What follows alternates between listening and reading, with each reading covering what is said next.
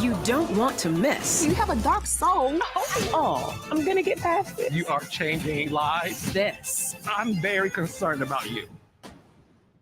Love and Marriage Huntsville, New Reunion Part 3, Saturday at 8, 7 Central.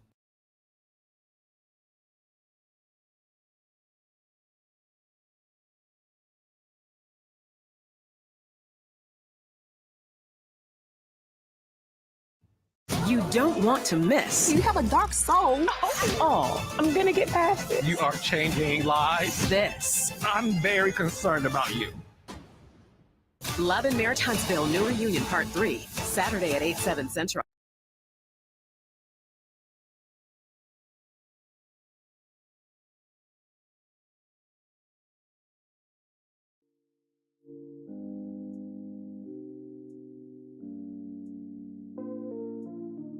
Stage.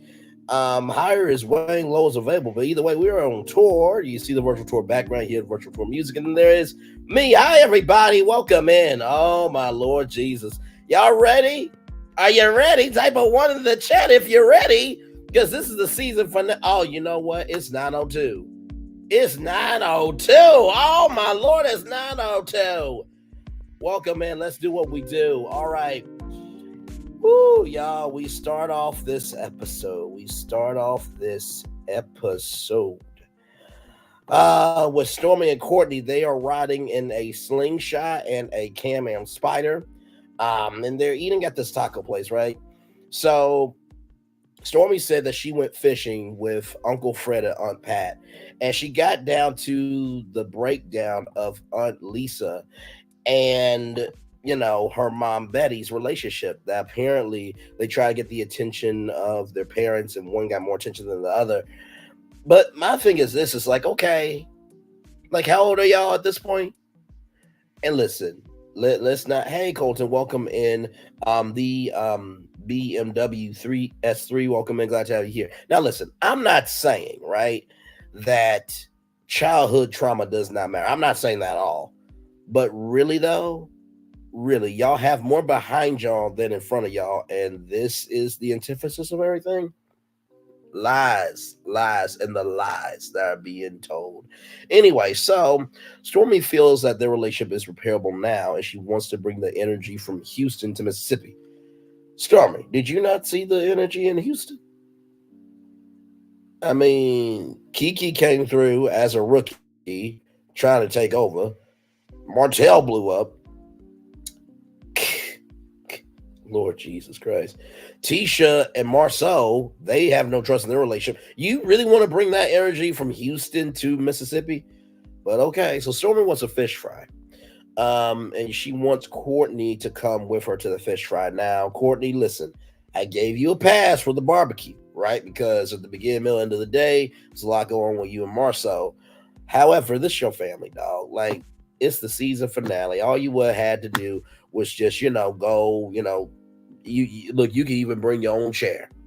Bring your own folding chair, stay in the corner just in case anything goes down. Like, you didn't even have to be the same. But I feel like for that, you could support. But also understand, too, because family is a lot. You know what I mean? So I definitely feel you there. So Courtney is going to stay back with Chess, and Courtney doesn't like being around drama. So I feel Courtney on that, because at the end of the day, you cannot fight every battle. Some battles are the Lord's, and some battles are yours. You know what I mean? So like, comment, share, subscribe. We are live on tour. Hi, everybody. Welcome in. Glad to have you here. So then we get to Melody Cherie Rogers. She is doing a back-to-school drive. Well, she's going to a back-to-school drive at Growing Smiles, which is Nell Fletcher's daycare. And first of all, shout out to Nell and Chris Fletcher for doing back-to-school drive. And shout out to all the teachers out there. Like, y'all do not get paid enough. I see the videos. I read the stories of what y'all go through. Y'all do not get paid enough. Y'all don't get enough benefits. Y'all do the most for these trifling kids that, quite frankly, really are just way over the line. But also, too, not every kid is trifling. Some kids, they act out because guess what? They don't have an outlet at home.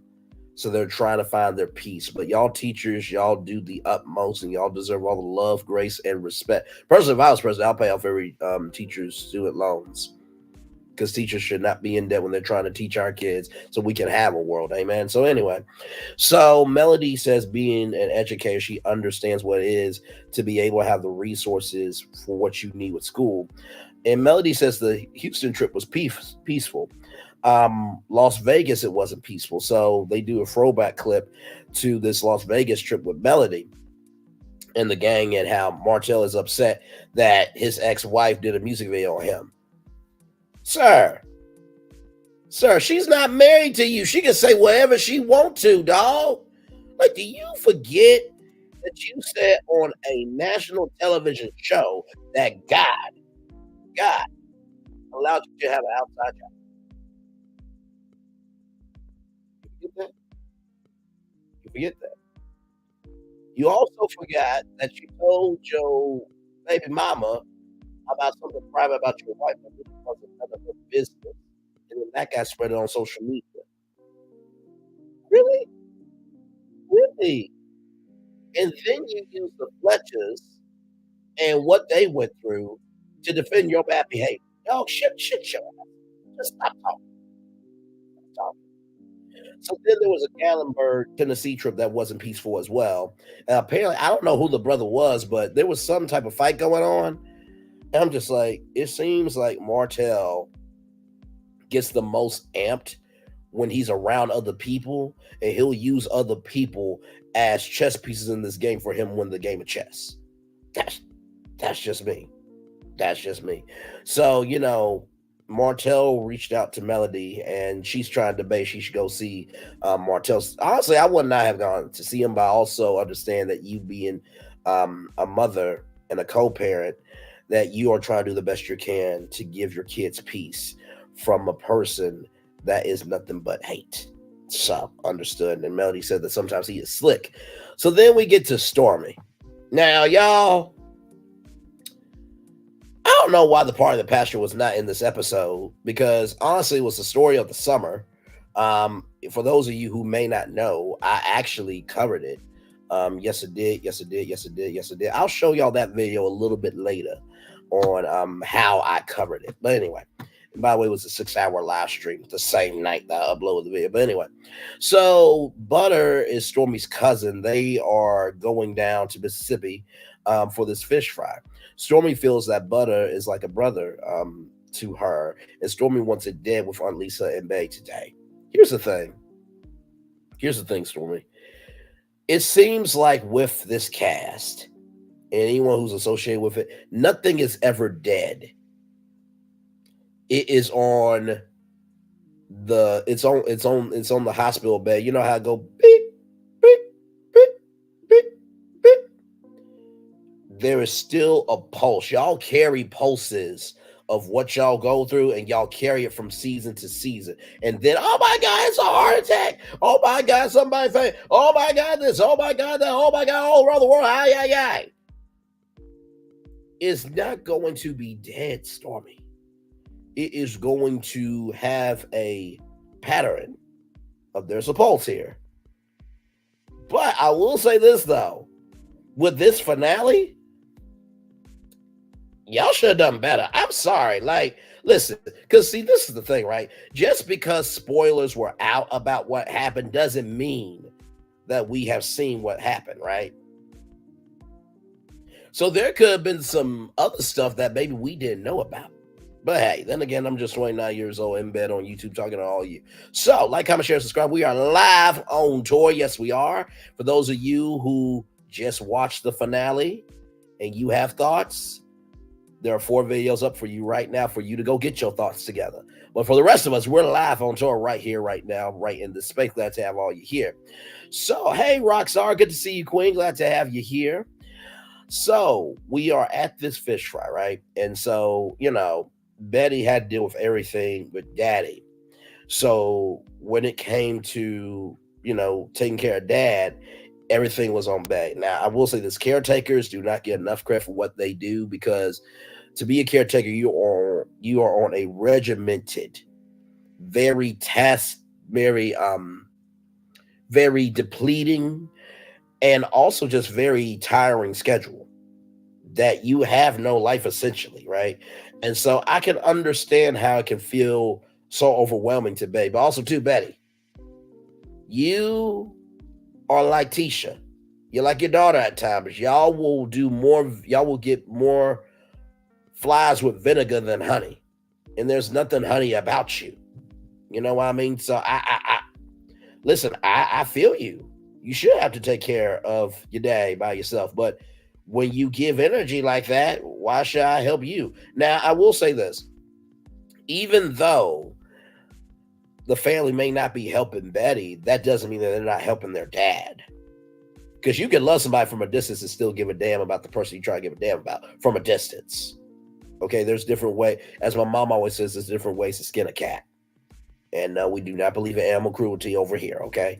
So anyway, unless it's a dog like Martell, then he needs to be put down mentally, okay? And also Maurice and Marceau and anybody that thinks like them, moves like them, and wakes up and lives a life like them. They need to be put down mentally. But anyway, let's roll on. Let's roll on. So we're at the fish fry. So we're with Emma Ruth, the grandmother, aka Meemaw, Uncle Willie B, Pat, Uncle Fred, Aunt Nita, Tyrone, Chuck Sr., Jr., and Moby. They're all cousins to Stormy. Aunt Lisa and Cousin Butter were there. Now, here's the thing, right? Like, hey, P2 Ross, welcome in. Glad to have you here. Hey, Snowtime, welcome in. Glad to have you here as well. Can somebody explain to me why Butter was coming out of the vehicle with stuff? Didn't Stormy and him ride down together, or was that just me? Because I thought that was very odd, because Stormy was, hey, Meemaw, you look so pretty, and Butter was just carrying stuff. I'm like, didn't y'all ride down together? I'm confused. I mean, y'all can let me know if I'm wrong in the live chat. I know you will, but I just thought that was kind of odd to me. But anyway, so, Stormy keeps saying that she's going to make the fish. And Uphand's like, no, you're going to fry the fish. I'm going to fry the fish. Now, Stormy, listen, I've been saying this all season. You have become the unelected voice of reason that no one cares for, but yet you're doing it, right? But I don't know of one person that says that they are going to make the fish. Now, if you are, going to, a Michelin star restaurant, if you're in Vegas, if you're in Dubai, if you're in Paris, they'll say, I'm going to make the fish because it's probably salmon or tuna, probably salmon or some type of fish that needs to be prepared. But catfish, you fried the fish, Stormy. Just from one black person to another.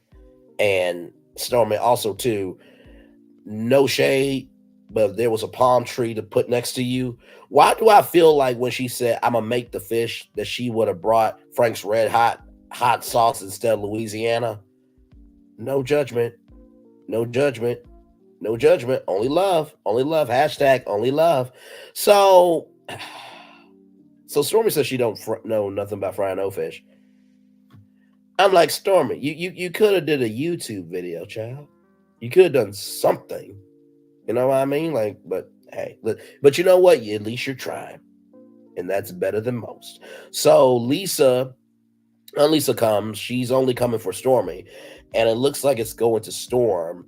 And so, Stormy gets Betty and Lisa, away from Grandma because she doesn't want Grandma to hear strife, right? And so, it's beginning to rain, and Stormy doesn't know if the rain is a sign.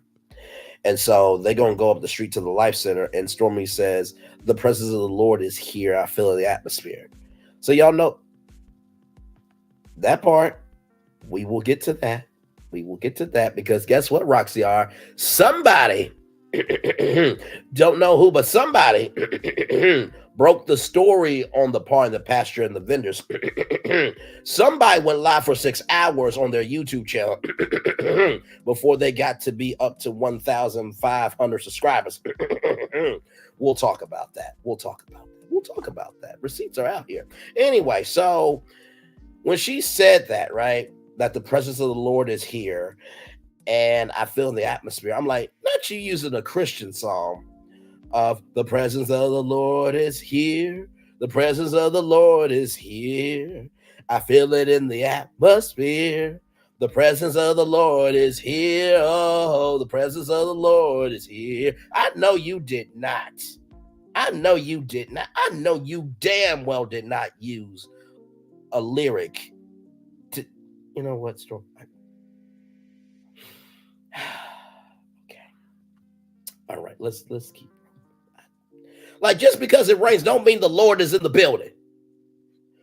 God has a God DM. And sometimes he look and be like, I know you lie. Hang on, let me. I know you. It came in from Stormy. I didn't send that rain to let her know that I was there. I just sent rain because, listen, the flowers needed it, and Mother Nature called me and said, listen, Alabama's in the heat. It needs to cool off. I just did what Mother Nature said because women rule the world, and my manhood matters. That's really why Jesus did. So, well, not Jesus, but God didn't ask. When God got that DM in his God DM, he don't do that to God. So anyway, so Betty's asking for 1 weekend out the month to help with Mama. Lisa tries to do that, but on weekends where she's off and her husband's off because her husband works out of town, she wants to spend more time with him. And Betty has a husband. Who would have thunk that? I'm sorry. Like, really? You have a husband. You black and mild Hennessy dragging anybody, everybody, but can't handle your own issue. You have a husband? There must be a God in heaven who reigns. Our God is an awesome God. There ain't no stopping me now. Devil ain't no stopping me now. Betty's got a husband. Y'all, there is a good God. Really? You have a husband? Okay.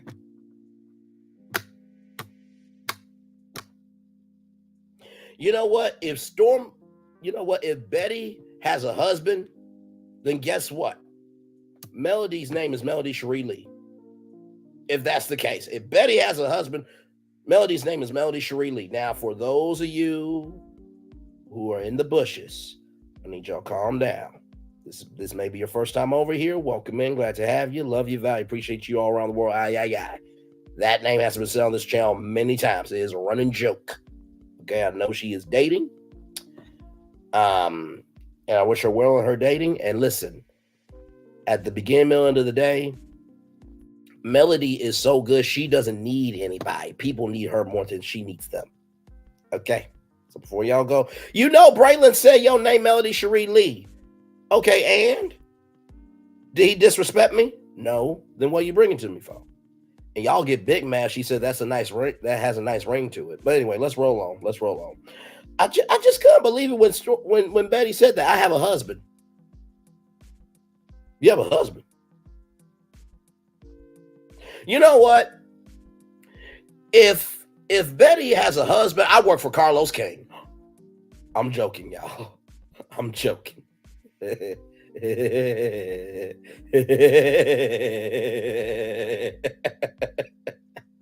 Listen, you have made me very angry.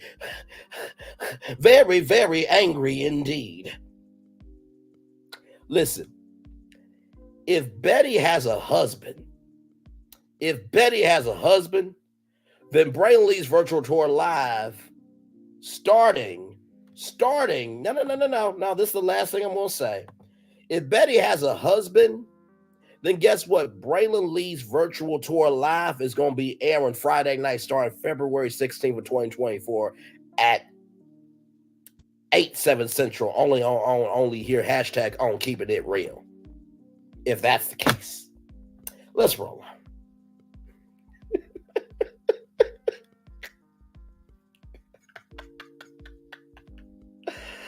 Oh, my Lord.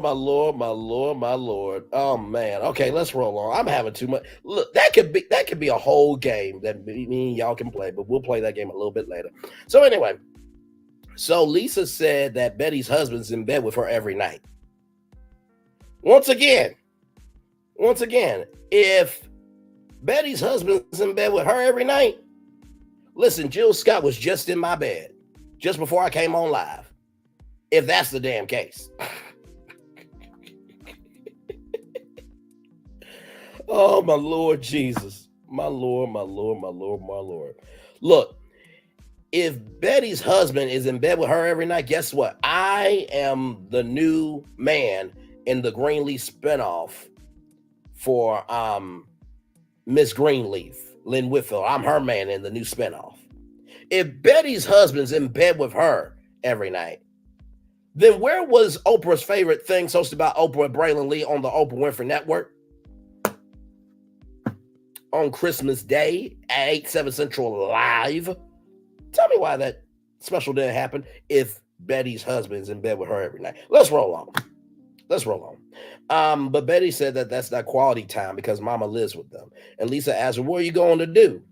I'm like, Lisa, you know what? You ain't right. You ain't right because you know that, first of all, Betty's husband ain't really attracted to her in that way anyway. Now you add it on top of it, what are y'all going to do? Not to mention, all she knows how to handle is Black and Miles and Hennessy down her throat. Maybe the water part dried up, and maybe she doesn't have the capacity, capability, or comprehension of brain cells in her brain to take in how to be a water park. But that's not my business. That's not my business. So anyway, I just listen. So.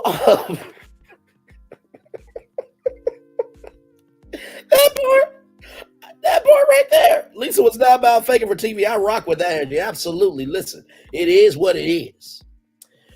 So, Lisa said that she's the only one working out for everyone. And Stormy says, wait, can I speak? Wait, hang on. Let me get, because she had iPhone. Wait, can I speak? Everybody been up. It's time to come down. Hey, Story, be good to see you, Queen. Everybody went up. It's time to go down. Really, Stormy? Really? I could have said that. Because Story could have said that. Any one of these tourists, as the legendary Alpha MC calls us, virtual tour family, we could have said that. Everybody's up. It's time to come down. Really?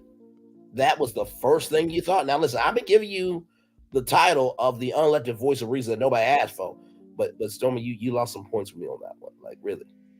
So anyway, Stormy asked everybody, what is your one word? Your one word. Hey, Ramel, welcome in. What is your one word? And Lisa said that she feels abandoned. Really?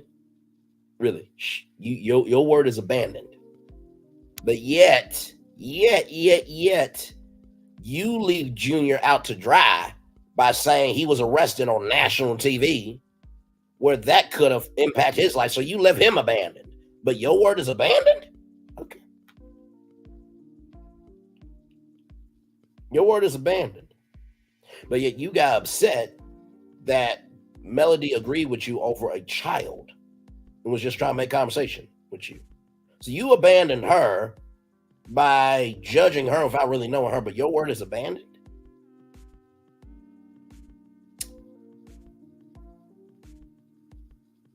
You wonder why everybody has to smoke for you, because you do things that are actions that make it worthy to abandon you, but yet your word's abandoned?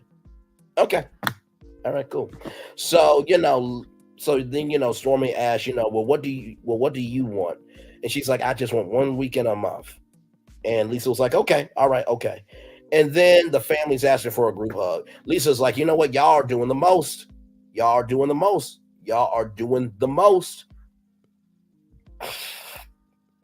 gonna hug my mama and I am gone. Now listen, Lisa. The only thing that was wrong about that was you should have got to-go plates on camera. That's what you should do. I'm gonna hug my mama. I'm about to get this catfish and I'm about to roll. That's exactly what you should have done. Because I would have been that petty. You really, you see me taking this whole tray of catfish home? You think I'm playing with y'all? And I'm taking the big damn bottle of Louisiana hot sauce from Sam's Club home. That y'all don't deserve this. Give me that gallon cane sweet iced tea from Popeyes. Y'all don't deserve no sweet tea. Hell. gonna tell me to give a family hug when I can't stand none of y'all, and y'all can't stand me. We gonna fake the fake? No, I'm not faking it. Not here, not there, not anywhere. To use the words of a good man named Braylon Lee said, I'm not doing this with you. Like, comment, share, and subscribe. We're live on tour. And by the way, I will drop the link so you guys can come on up. And I'm going to show y'all the behind the scenes of the Prime Pasture because your man here has the receipts. Yes, he does. Been had them for a long time. But anyway, so, then we get to, hey, Patricia Ellis Robin, happy New Year weekend to you as well. So then we're with Melody. Now, I have seen many rainy days, but I've never seen a sunshine rain like Melody Cherie Rogers come through the rain like that before. Your ass is stupid. You got young bucks that can do better than your whole existence out of your mama's launch pad want to step up to Melody. Is she looking that good to the right? Her voice is like honey from heaven. Not to mention, too, Mel's a ride or die. You had a woman who married you when she didn't know the devil you were, gave you another chance when she didn't have to do it, and then she moved on and became better without you. And she just got finer. Your ass is stupid. Anyway, let's roll along. Okay. So Martell is trying to talk to Melody, opens the door. We could care less about that. That's what you're supposed to do. But anyway, so Melody is ordering a Earl Grey black tea. Martell, we don't know what he ordered nor give a damn uck or ish about it. So, there's flowers from Melody from Martell to her. Sir, you know what you're doing? You are. I mean, she did call you little buddy for a reason. You are a child, a full-grown child. Because you know what you do with your parents when you get in trouble? Hey, mama, did I tell you how much I love you? You the best mommy in the world. Hey, dad, can I just say, that time that you got me McDonald's in the morning, you know what I mean? Because I overspent out my own bank account. You are really, you are a really good dad. Look, I was waiting to, Roxy. I was waiting to. You're a really good dad for that. What'd you do? I can't just say I love you. Oh, okay, I love you too, but what did you do? That's what that was. So,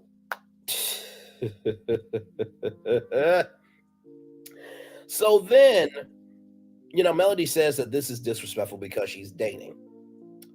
And so, y'all, if y'all saw her purse, right, it had a particular weapon of choice on it. I'm going to show y'all the weapon, okay? Now, listen, if you already saw the thumbnail, you see what it is, but hang on one second. Because I saw this and was like, oh, she was not playing around. Okay. And y'all may not have even saw this, but it was in the scene, okay? Now, Melody can say, no, it was a really nice purse, but Mel, I'm not mad at you, okay? So this is what she had on her purse, okay? Y'all ready? This is what she had on her purse. Hang on, why is it not sharing? There we go. That's what she had on her purse. So remember that gold purse that y'all saw? And you saw the 4 little holes there? I'm like, Melody did not come to play. She said, oh no, we're not doing this. Not here, not there, not anywhere. No. No.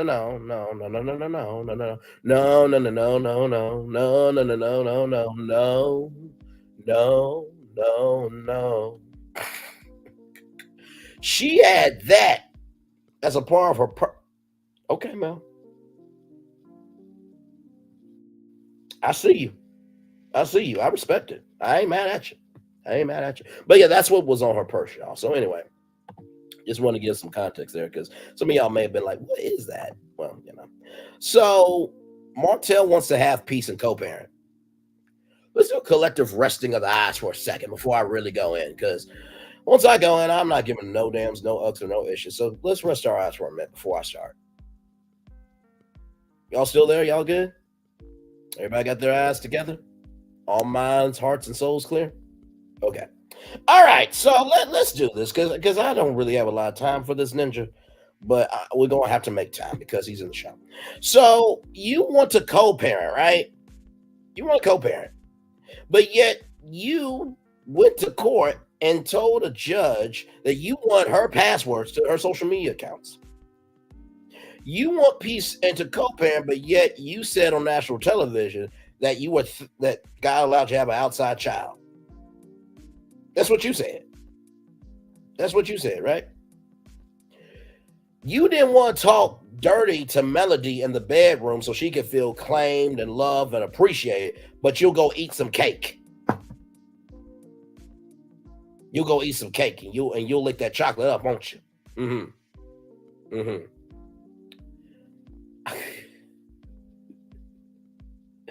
You'll use your friends who should not be your friends just to justify your own behavior. Yet you want to co-parent and have peace? You, sir, on an interview with Queen Sheba, darn shout out to Queen Sheba, by the way, like, comment, share, subscribe to her. You said that you had a photograph of the French PJ. Not to mention, you want to get into child support since you want to say you want to co-parent, but Queen Sheba said that she did not want to get into that. She had more receipts. But you want to have peace and co-parent. Okay, bro. How we soon forget. How we soon forget. How we soon forget. So Houston's a bit back and forth. Back and forth. Last time I checked, there was only one person. Don't worry, I'll show y'all the thumbnail in a minute. Don't worry. I'll go to that thumbnail. Don't worry. But I mean, y'all know Dragon from Shrek. See, Dragon, she usually are terrified, but see, with Dragon from Shrek, she's cool. And she black. You know why? Because those eyelashes, the attitude. And she comes through for the people she loves. Okay? I'm just like, you damn ninja. And you want to co-parent and have peace. But yet you're not of peace your damn self to be responsible for what you did. Okay. All right. And the back and forth, it was mostly you. Like I said, you using your friend's tragedy of being cheated on to your advantage. And Chris, why did you not handle him? I wasn't giving a damn about production. I wouldn't give a damn about the staff. I wouldn't give a damn about the crew. I wouldn't give a damn about the cast. I wouldn't give a damn about OWN. I wouldn't give a damn about Oprah. I wouldn't give a damn about Carlos King. I wouldn't give a damn about the fans. I wouldn't give a damn about ITV. And I certainly would give a damn about social media. You should have handled him that day. And I know that they don't want lawsuits. They don't want this and that. But no, that ninja needed to be handled. Because any other dude would have been handled out here. When Kanye was doing everything that he was doing, buying a home across the street from Kim Kardashian, buying a truck full of roses, and not to mention in claymation putting Pete Davidson in the ground. Any other dude would have done any of this, it would have been game over. But yet y'all are allowing that behavior on national TV? You know, Bravo has a lawsuit, right? Y'all do realize that y'all may have a lawsuit coming too, right? Because you are allowing behavior of a toxic work environment to be shown. And you haven't corrected it. So y'all do what y'all want to do. But by the way, to Warner Bros. Discovery, if y'all don't shape up with OWN, people may not want to watch OWN. And you probably wonder, well, Braylon, why would you say that? Paramount Black Network is BET. NBC's Black networks are Afro TV and Clio TV. for Warner Bros. Discovery, that's their black network. The black dollar is worth $1 trillion. Now, I'm not saying that things are going to change after this season because I don't really think it's going to happen. But I promise you this, though, for everybody saying, well, Oprah sold her shares of the company. Come here. All you smart Alex, come here. If y'all called Warner Bros. Discovery, y'all would be, okay, thank you so much for your call. We'll definitely let our team know. But if Oprah Winfrey calls Warner Bros. Discovery, she's immediately getting through to anybody she wants to, more than y'all. So y'all can shut y'all ass up. Hell. Going to say Oprah don't own the network, but yet her name is still on, yet y'all still watching it. Get the hell out of here. Anyway, let's roll on. Jesus Christ. It's the black dassy, black hypocrisy, black imagination for me. Y'all go do what Oprah did and get your own network. But since y'all don't have the capacity, capability, and comprehension for brain cells to form a brain to go do it, shut the hell up talking. Damn. But yeah, if y'all got a job from the Oprah Winfrey Network, y'all keep y'all mouth shut and take that check and roll on with you. Listen. Go play with your dog. They love you. Don't try me. Anyway. So Chris told Martell that Melody didn't feel protected. Chris, why did you open up your mouth to say that, bro?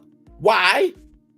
Why give a resource to somebody who's a damn hindrance, who's a problem, who is an agent of chaos in terms of Melody, from Melody's point of view, rather? Why would you do that? I don't want to be bothersome on either side, but yeah, he yelled at your wife, bruh. What the hell is wrong with you? All right. It's a brother-sister relationship. I don't know what brother and sister would fight like that. Because, see, Chris, what you need to adopt is this. I can make fun of my wife with our inside jokes. But if you make fun of her, it's game over. That's the attitude you should have. And I know you got more to lose, but bruh, I promise you, at this point, if you handled him, there would be a GoFundMe for you, and it would be done like that. Easily. And I'm not advocating for violence, but also, sometimes people need to be handled respectfully and disrespectfully. So anyway, Martell says we see each other, we talk and text. Dude, really? Like, y'all talk and text. You do realize she works with you, right? That doesn't mean she has to associate with you. Molly, okay. All right. Oh, we're going to get to that too. So Melody says some of the things that he texts when it comes to the kids, in addition to what he texts about the kids, is unnecessary, and she doesn't respond. Martell is still being an agent of chaos from Melody's point of view. And, Martell's like, I want to be in a space of peace. You want to be in a space of peace, but yet you don't bring no peace to the space to have a space of peace? Okay. Yes. So with that being said, my Lord. So Melody says that's not going to happen. So Martell says he's been waving the white flag for a while. But Melody then says, no, you doing it. Your flag is a red war declaration flag.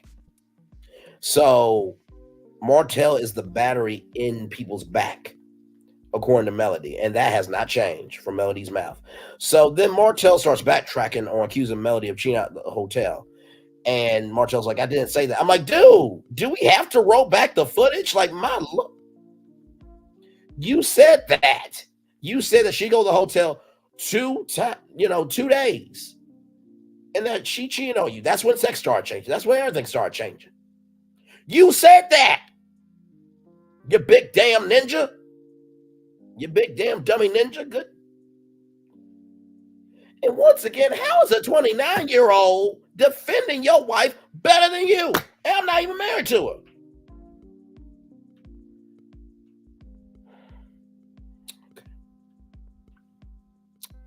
So, he said it was a possibility. No, it wasn't a possibility. You said what you said. So then Martell says, if I knew that this was going to destroy everything, I would have done it.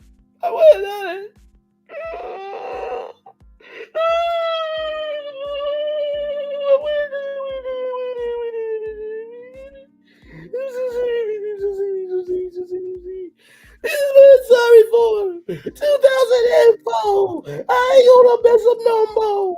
This year, I'll take my one chance and make it real clear. Damn, I'm sorry.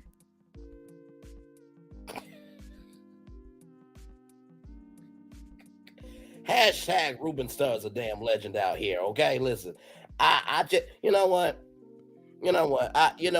think Martell, really, I think Martell deserves a response.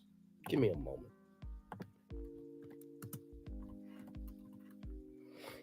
Because I do think he deserves a response. I really, really do. I really do. Just y'all ready? Mr. Krabs, if you could come in, please. Martell is really upset that he's upset that he didn't know that him cheating would destroy his world and his kids and his ex-wife. He didn't know that it would be implications for him having a future, and he didn't know that sometimes in life there's consequences for what you do. So because he's so sorry and that he didn't know, and he oh my he my Lord Jesus. I mean, since he didn't know, in the words of Tony Braxton, that love should have brought him home that night. Mr. Krabs, what do you have to say to Martell Holt? We're going live to Bikini Bottom right now. Mr. Krabs, what do you have to say to Martell? Oh, boo-hoo. Let me play a sad song for you on the world's smallest violin.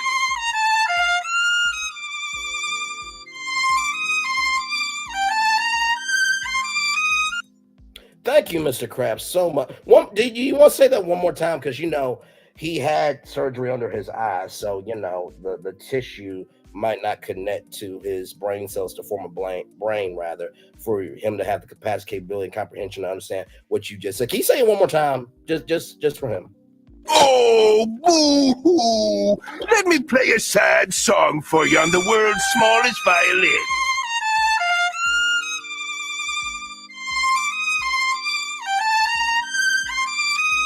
Thank you so much, Mr. Krabs. I keep being amazing. Now you don't need to be that stingy with your money. Okay, SpongeBob works very hard for you, but thank you, Mr. Krabs, so much for your response here. So let's roll on. Let's roll on. One more time, Mr. Krabs.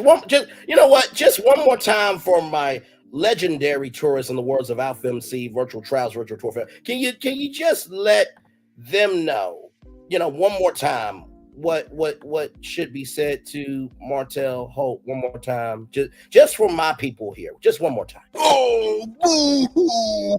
Let me play a sad song for you on the world's smallest violin.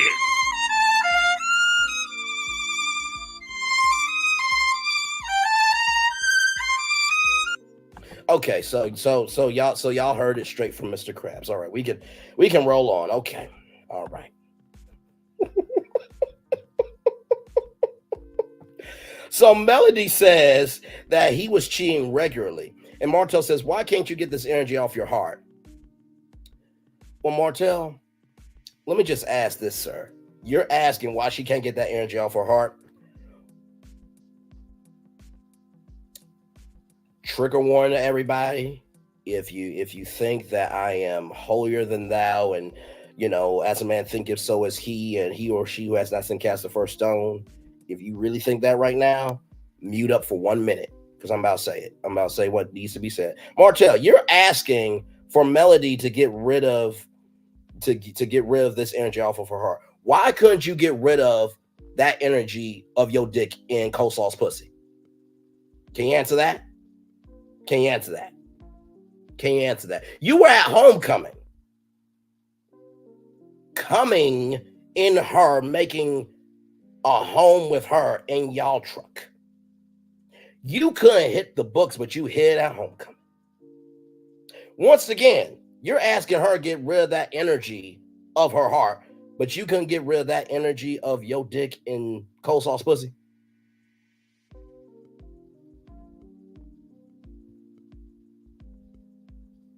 Really? I'm just asking questions. I'm just asking questions.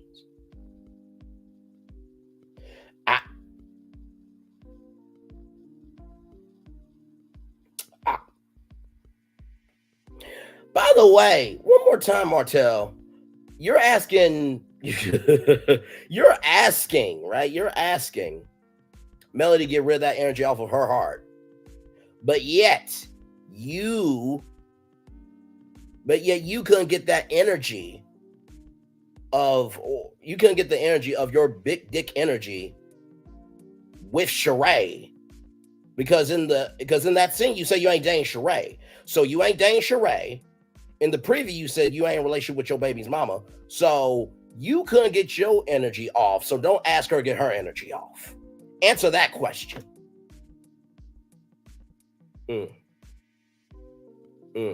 Let's roll on. I said what needed to be said. Y'all can unmute. Hang on. I'm going to unmute. Y'all can unmute now. We're good.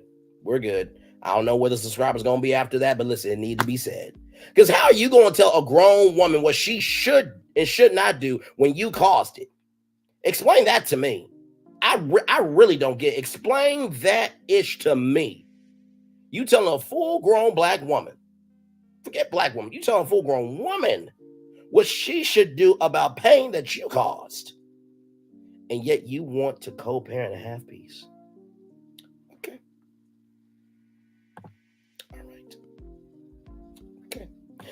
So Martell is upset that Melody has not seen the good. Once again, do I need to repeat the question? I probably don't, because everybody knows it by now. So Martell is manifesting apparently for marriage with old ring that Melody got for him. Nobody cares.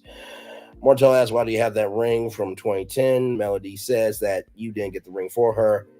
Dude, at this point, like Melody's the president of the United States, and you the you know what? I'm not even gonna say that name. But basically, you are a pariah at this point of manhood. That's what you are. You are the common enemy of what not to be. And you do realize you doing what you're doing is just giving Melody more support. Because right now, a 29-year-old is mentally whooping your actual social self on YouTube, defending your woman as his woman, and she ain't even my woman. At 29, I'm doing that when you couldn't do that in your own marriage. Ain't that some shit? Okay. So, Martell says Melody's being difficult. How is she being difficult when you couldn't even say how she was difficult? Just like you said she would cheat on you, but you couldn't say who it was. Get out my face. So anyway, Melody has a flight to catch. Martell is big mad. He's big mad. Okay, she has other things to do. I know you have nothing to do because you have no value, but that's not Melody. So that part. She's the queen, he's the peasant. That part. Well, I mean, because he's a peasant, he's with a peasant, right? Because did he call his baby mama a peasant? Anyway, let's roll on. So Melody says, give the flowers to the kids. Say it's from their mom. And, Martell says, well, why don't you buy flowers for them? And Melody said, well, I buy food for the house from time to time. And Martell says that Melody is putting him down to make him look bad. Sir, she doesn't have to do nothing at all. Your existence is more than enough. So that is it. That is all. Like, comment, share, and subscribe. Glad to have all you here. Listen, if you unsubscribe because I asked the question, listen. Y'all have heard those words before. Don't get fresh. Don't get cute. Don't get new with me. Because this dude has done a revenge P tape on his ex-wife. Roland Martin said something very important when he talked about Carlos Watson, the scandal. He said, if you do good, I'll talk about you. If you do bad, I'll talk about you. But if you out here, I'm talking about you. Whether you are brought up or not, or in association, I'm talking about you. So, and honestly, I said this too on a virtual tour live. Some of y'all request so much from black men and black women to do and be and all around the world, and kumbaya of be this and be that. But yet when you get your wish list, y'all not appreciative. Let's roll on. That's a whole nother virtual tour live that y'all ain't even ready for. Let's roll on. So Kimmy, we were with Kimmy at the Westin Hotel. Maurice pulls up in a Lamborghini. It's nice. See, here's the thing. I'm not about being flashy. Now, there is a car called the Lexus LS 500. That's a very nice car. I would get that from my off-day car, but I'm going to show up in that because here's the thing. The more you show off in your resources, the more people know what you have. Just saying. Rich people stay rich by being asleep, and wealthy people stay wealthy by being woke. Okay? So, Kimmy says a thank you for the ups and downs. But before that, Maurice walks into the room and gives the most pathetic rose I've ever seen. And in addition to the most pathetic rose, it's like, this is really nice. Thank you. And y'all are married? Really? I mean, if I had a wife, look, you did it. Let me tell you something. It's not let me love you down. Let me tell you, love is not the only thing going down tonight. You heard? Listen. Let me turn around. Damn. Can we hurry this up so I can eat? Because all of this is very nice, but we wasting time here. And you need to be appreciated. I need to appreciate you. Like, there was nothing there at all. Nothing there at all. So anyway. So Kimmy, she had on this white dress with fish netting, or fishnets, like fish netting, I guess. And some brunette hair. I mean, she tried, but so anyway, Kimmy says a thank you, for Maurice for the ups and downs, and from the don't want to eat this to the oatmeal, and that he didn't have to sign up for this. And Maurice said, you don't have to thank me. I did sign up for this. And then she did the biggest eye roll ever. I'm like, Kimmy, what's the eye roll for? Isn't this date night? Isn't this happy night? This is happy night. This is happy night. This is happy night. Why the eye roll? See, Kimmy, people are loving you only so much, because that eye roll basically said, I don't care. I'm hurt, and you can't use the energy through your soul to just stand 10 toes down and be like, no, I'm not here for it. Actually, you know what? So listen, I've been doing a 29-year-old. How about that? That's what you should have said. You should have showed that there is a consequence. Now, am I advocating for cheating? No, I am not. But if allegedly your husband had blue lights on at his workplace and you're cool with him coming back at 2 or 3 o'clock in the morning, hey, Quincy Brown, welcome in. I'm just saying, there should be consequences for what you do. And the crazy thing is, Kimmy, you as Stormy, is everything after cheating fair game? You asked that, but yet you did an eye roll over him saying, and I quote, I did sign up for this. Kimmy, shut up. So Maurice said that you went through with grace and beauty and tenacity and consistency, and it made me a better man. I was a boy before I met you, but damn it, you going through cancer. I'm a man now. As I was a boy, I played with toys, but as I got older, I got rid of those toys. Well, except, the sex toys that we got, because I love playing toys on you. But that's neither here nor there. Listen, I am a man now because of what you went through. Shut up. Shut your dent. Shut the... That's right. Hey, Shan, welcome in. Glad to have you here. I will drop the link in a minute, y'all. So, Kimmy said that there was only one person at the foot of her chair. Kimmy, I don't know if you know this, but as a real man, that's what your husband is supposed to do. Oh, Lord. Being in the words of De Silva, pick Misha. You're so lucky to be picked. You'll just be thankful for anything. That must be a sad waste of existence, thought, and space. My Lord. So, Maurice gets up, starts to kiss Kimmy, and did it seem like Kimmy was trying to get away from him? Like, this is happy night. This is happy night. This is happy night. Okay, so it wasn't just me. Rose, you saw it too. Okay. I'm just like, really though? This is what we're doing. Okay.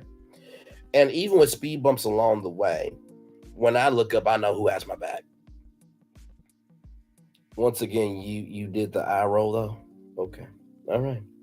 So, Kimmy saying she losing her hair, her nails, and her complexion played into her sexuality. Now, I understand that. But guess what? You don't have sexuality for somebody else. You have sexuality for you. And far be it from me to tell a grown black woman what to be after going through breast cancer. But what I'm saying is your value of yourself is only as strong and weak in terms of how you invest in the value of who you are as a person. That part, P2 Ross, that part. So, Kimmy drops that she did a boudoir photo shoot. We see the boudoir photo shoot. And, Kimmy looked nice. I'll say that. I'll say that. She can't be Melody, though. I can do that right now. But anyway, so they show footage from the shoot, presents Maurice with a picture of Kimmy, and he wants to hang up in his office. Now, listen, I will say this. If my wife was Jill Scott, Melody Cherie, or somebody that honestly loved me, valued me, embraced me, even my ex, I would want to hang that up in the office. I want to hang that up over the fireplace mantle. Damn it, it's going in the bedroom. Damn it, that's right. Damn it, it's going in my dressing room before I do my daytime talk show. Damn it. Hell, I'm just saying. I feel him on that, because when you have somebody good in your life, you want to see them, embrace them, and have them in any shape, form, or fashion you can. But why did he have more energy for the picture than for Kimmy? Tell me why. Okay. So, Maurice, wants more pictures, but Kimmy thought that he wanted more kisses. So you didn't want to kiss him. Your eye rolled at him. And he wants more pictures than he wants kisses from you. I'm gonna rest here for a minute. I'm just gonna rest so you can think, Kimmy. This is a thinking moment for you. Okay, thinking moment over. So then,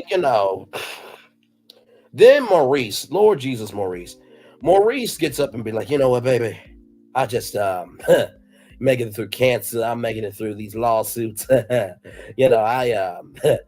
just thought I'll work out the gym. You know what I'm saying? Because listen, you had to work out with what you went through with cancer, and baby, that made me, like I said, man, show you what I got. And then drawn on abs. Really? Really, Dom? Really? And then, Kimmy, you said you should have got a brown marker. Contributing to the stupidity. The black pitity. That's a new word, the black pitity. Anyway, so then Kimmy and Maurice get home. No one cares. So we get to Tisha and Marcel. Now, how many of you remember that clue I gave last show, the last after show? Remember that clue that I gave of Tisha and Maurice, and not Tisha and Maurice, but Tisha and Marcel? Y'all remember the outfits, right? The blue outfit, the blue jean. By the way, Tisha's been on blue jean kick for all season, seems like. So Tisha with her blue jeans outfit and Marcel with his blue shirt. Was Braylon right or no? Was Braylon right or no? Was Braylon right or no? Because remember in that preview, I want my office. I want it now. And we get to the clue right from the space right here and hashtag right now. So Tisha says, hey, dude. So, wait a minute. So Kimmy doesn't want to deal with her husband. And you say, hey, dude, to Marcel. Is these the destruction of the Scots in front of us? Reviews and recaps. Hey, welcome in, Queen. Glad to have you here. Is this the destruction of the Scots? Like I said, Kimmy does not want to give Maurice any time, space, night, whatever. And you said, hey, dude, he's your husband, ain't he? Oh, I forgot. He said that he was an actor. He was acting with his wife. So you were actress too. Oh, got it. The script got updated. I got it. It took me a minute. I I was hashtag on a mental delay. But I got it now. I got it. Hey, dude. Not hey, hubby. Not hey, babe. Not hey, Saul with the sauce. Not nothing. Okay. So Marceau is trying to put the stove together. So you having a hard time putting a stove together, but yet you want to turn up the heat and be in everybody else's business. You want to turn up the heat on people going through stuff, and you having a hard time putting together a stove that can turn on. When you turn on for situations and problems and business that's not your business to attend to, really? Okay, I guess. So Tisha says that she needs the house done before the kids go back to school. Tisha asks, can you do it in 10 days? Tisha, do y'all not know that y'all in a lawsuit allegedly for $5.7 million? Everything's alleged in my opinion for entertainment purposes only. You're asking him to do something in 10 days that he couldn't even complete a project that he's in a lawsuit for. But oh, I forgot, you're the primary owner, right? Okay. All right. I get I you know what? In the words of Whitney Houston, impossible things are happening every day. Like, comment, share, and subscribe, y'all. We live on tour. So anyway, so they talk about the lease being up because y'all know that, you know, Tisha and Marceau live in an apartment. And it boggles my mind that Tisha, you said where there's smoke, there's fire, because the same thing could be said for you and Marceau when you said, I quote, you are not going to have a bachelor pad. Well, why would you have to say that to your husband? He's faithful to you. Let's roll on. So Skolt has 2 hotels, a gas station. A business can run on the ground if it's on autopilot. You should know because of that Canvas Beauty thing. Really, sir. So you gonna throw a dig at your wife about the website, which he's right. You know, it shouldn't have been the Canvas Beauty policy. But sir, you also was pressed for $100 damn, and Courtney came through your own establishment and gave $100 tip for ward to one of your employees. Shut up. You can run your business into the ground. This comes from the person who said they don't care about e-commerce, but they like making money. This comes from the person that they had to cancel Daychella.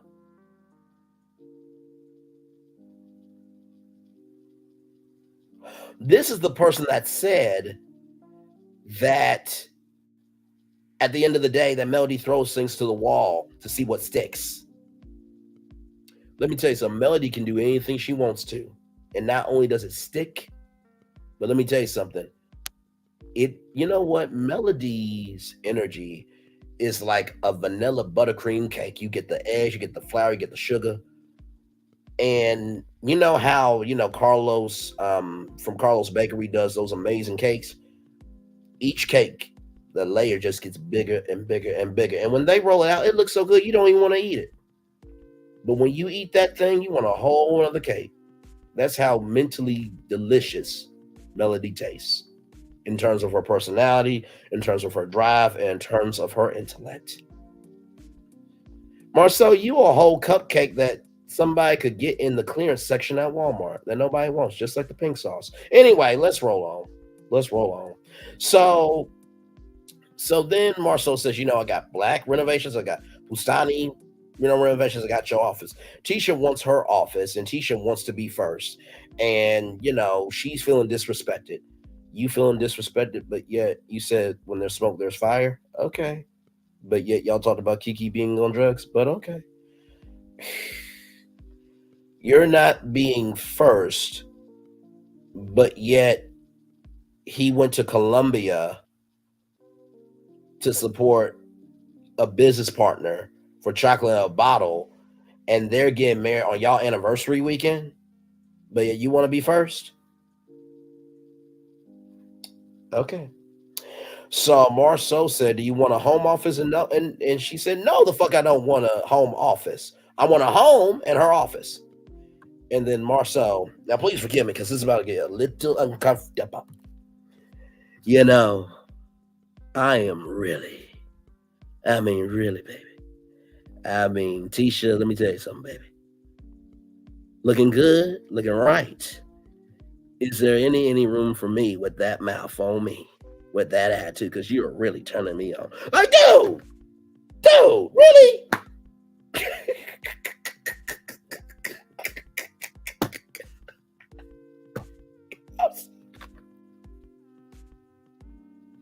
Wakanda forever. Really? Really though? Okay. All right. I guess, man. That turns you on. Okay. All right. So, Tisha's getting tired of the jokes. Everybody's been tired of the jokes, Tisha, for a long time. You're the last person to really get tired, but okay, that's convenient.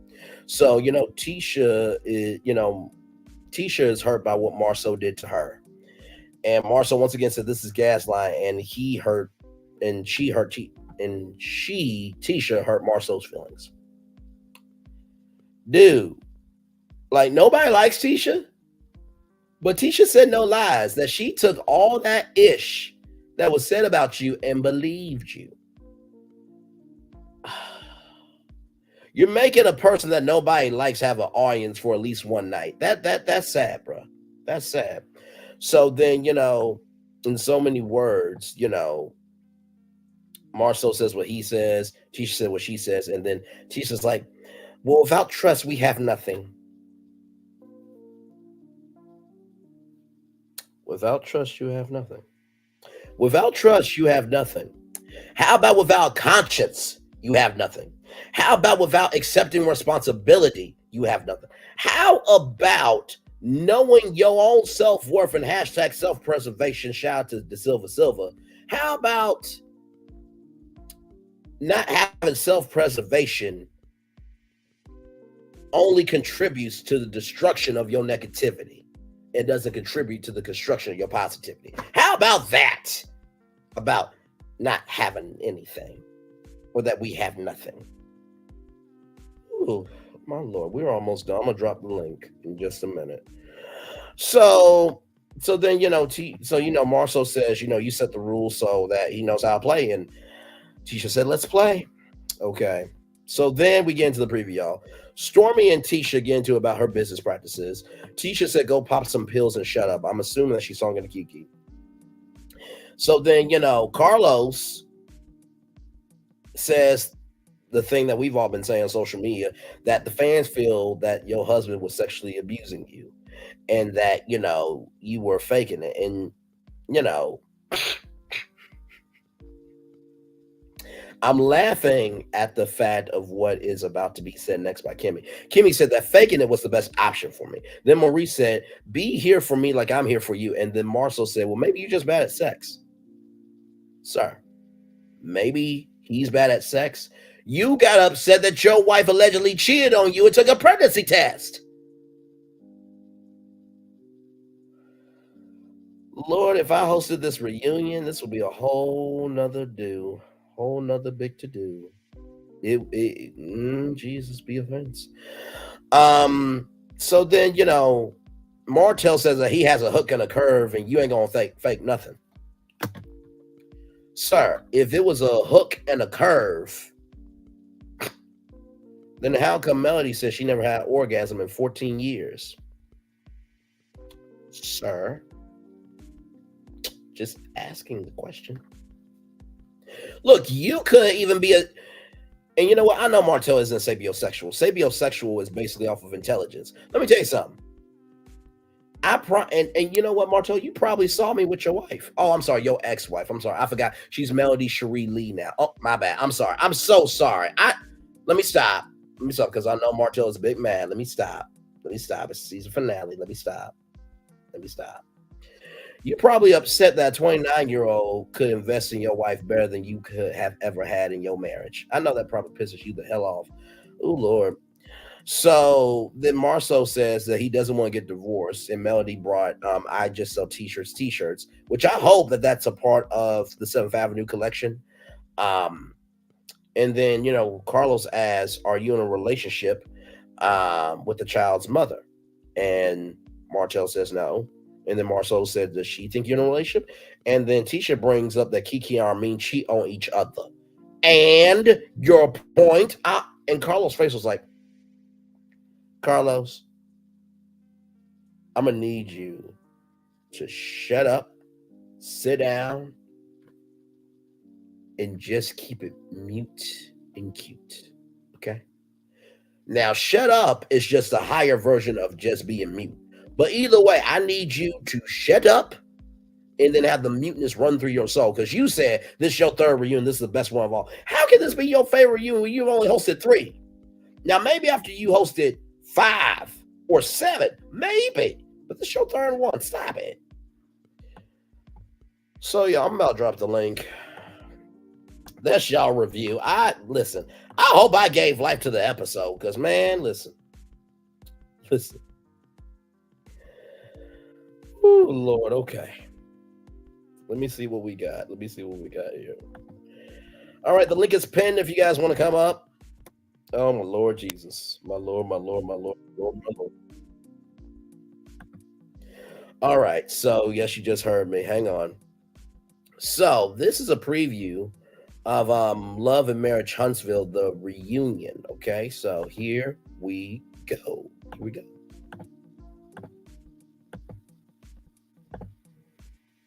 Lega.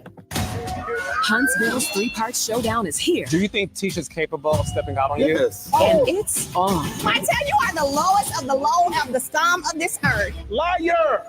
Love and Marriage Huntsville, new reunion next Saturday, 8/7 Central. Huntsville's 3-part showdown is here. Do you think Tisha's capable of stepping out on you? Yes. And it's on. Martell, you are the lowest of the low of the scum of this earth. Liar! Love.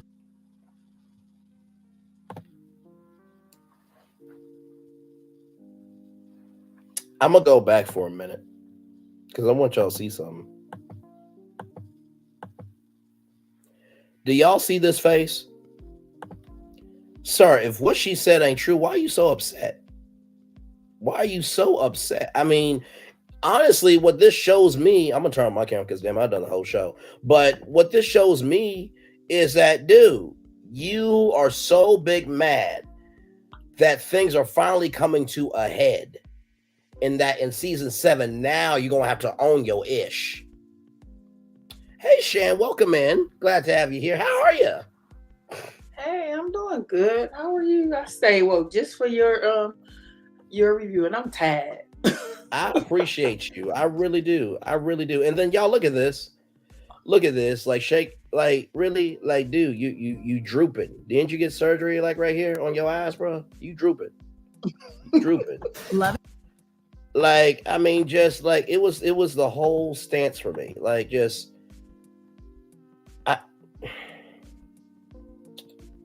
you know what? Honestly, to tell you the truth, if and listen, and stranger danger, right? But you know, if allegedly Kenya Morgan have a fake husband, Melody could call me. I would have been sued and booed in a silver suit. Who are you? I am Braylon Lee, and that's Melody Cherie Lee. You got a problem with that, Martell? Of course you don't. The reason why you don't have a problem with it is because guess what? At the beginning, middle, end of the day, you don't know me, and guess what? I don't have to know you. And that pisses you the hell off that I'm not giving a fuck about you. Let's roll on. Carlos, what's your next question? Y'all ain't even together. He is my man. Really? Yeah. No, we've been together for about 3 months now. And, you know, I always say she's walking down 7th Avenue with joy. But when we're in the room, she doesn't just walk down 7th Avenue. She gallops down 7th Avenue. Anyway, that's why I would be saying I would so piss him off to the point he thinks that reaction would get him pissed off. Oh, he would not know the hell, Braylon Lee. He would not. So what is your take on the episode? Why did he get up and leave right there? Well, that's the thing. Like we have to see. I'll play it one more time here just to see.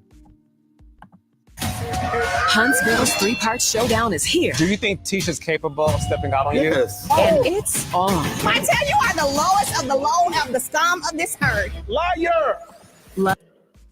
So maybe it was when Melody said that. Oh, We don't know. Okay. We don't know. Because I don't think any of that is connected. We're not gonna see those answers with any of those questions like they always Facts. do. I already know that. And Keke already pretty much alluded to her marriage. They went through some stuff, so I'm assuming. I thought somebody cheated anyway, just didn't know who it was. Exactly. So, because she said that in a couple of her interviews, so I figured, Right. you know. But the thing about that is, if we've cheated on each other, or you've cheated on me and I cheated on me, and we're still together, like Nell and Chris, in so many words, I'm assuming we passed that. So, for you to bring it up to somebody who that might already admit it, you look stupid because you still let your husband cheat in peace. That part. You don't want to look stupid because you let him cheat in peace. You don't look like you held his feet to the fire. Don't look like. We don't know because nothing about y'all on reality TV is real. So I can only say what it looks like from what we see on TV and the social media streets. Don't look like you held his feet to the fire. Well, you know, it's only a portrayal, right? Yeah. I feel like their whole... I'm sorry. I just thought Tisha when I said that. I feel like their whole thing is a script because she looks... And the reason why I say that is because I worked in a court, right? So most of the lawyers, they had their information written down. They know what they're going to say already. And a lot of times when you know what you're going to say already, and this is a big giveaway, this is something I learned in interrogation interview. When you know what you're going to say already, but you don't want people to know what you're going to say, you look up to the ceiling sometimes. Unless you're a person that's something that you do on a normal basis is look up. When most people look up, and it's not for everybody, but it's kind of a giveaway and you will know why and you will see how. But when most people are talking, they pause, they look up at the ceiling, they're finding the words.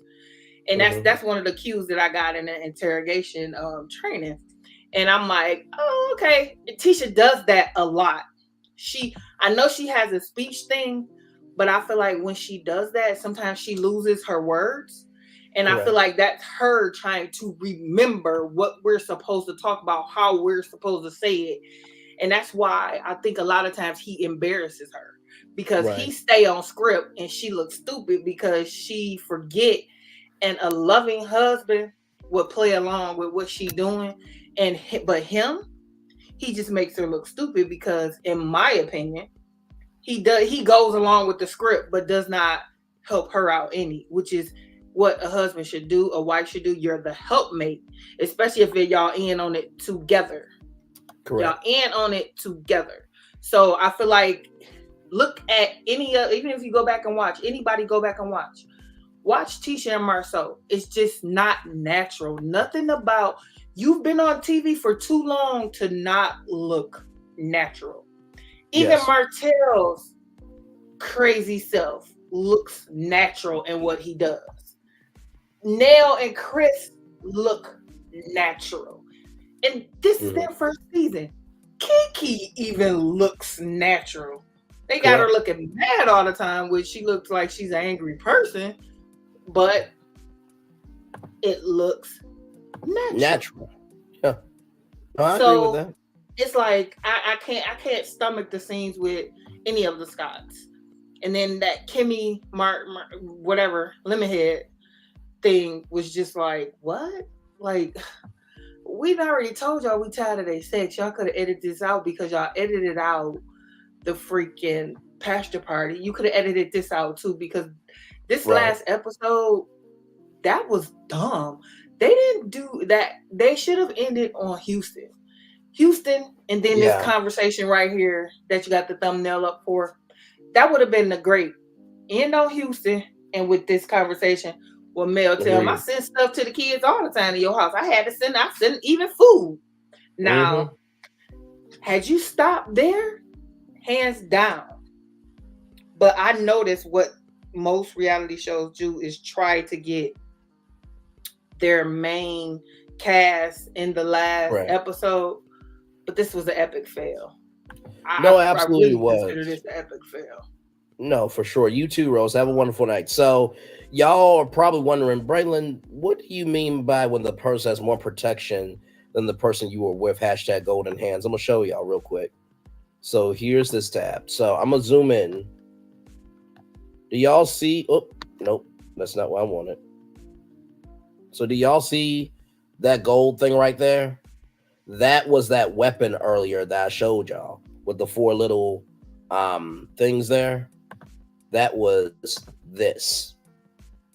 So that's why I said what I said about the gold thing here, about how she came through with hardware. And I'm not mad at her. So that's the context there. And by the way, did I not give that clue away about, Tisha and Marceau with that same Now, see, I didn't spoil the show for y'all. I just used public information to make a hypothesis. And turned out my experiment was good. So, but no, I appreciate you staying up for me. Listen, did I do the review or did I do the review? Because listen. You did, because I barely could watch it. I'm glad that you did. I was listening, and because my computer was on, I was listening, washing dishes, getting ready to wind down for the night. And I'm like, man, oh my God. I'm like, I couldn't pay attention to it because I was in a watch along, but it was a mess. It was like, I just wasn't paying attention to it because it was like, it was just, And quite honestly, Tisha and Marceau have had better scenes throughout the season that y'all could have went to than that. Like those. Good night, PN2 Ross. Good night, PN2 Ross. I thought you was gonna come up too. Yeah, I wanted to hear PN2 Ross a little bit because listen, look, let me tell you something. If you have not heard PN2 Ross on panel, she gets to it. You heard, she gets right to it. But understood. PN2 Ross, one of my day ones. I know how she gets down. Listen.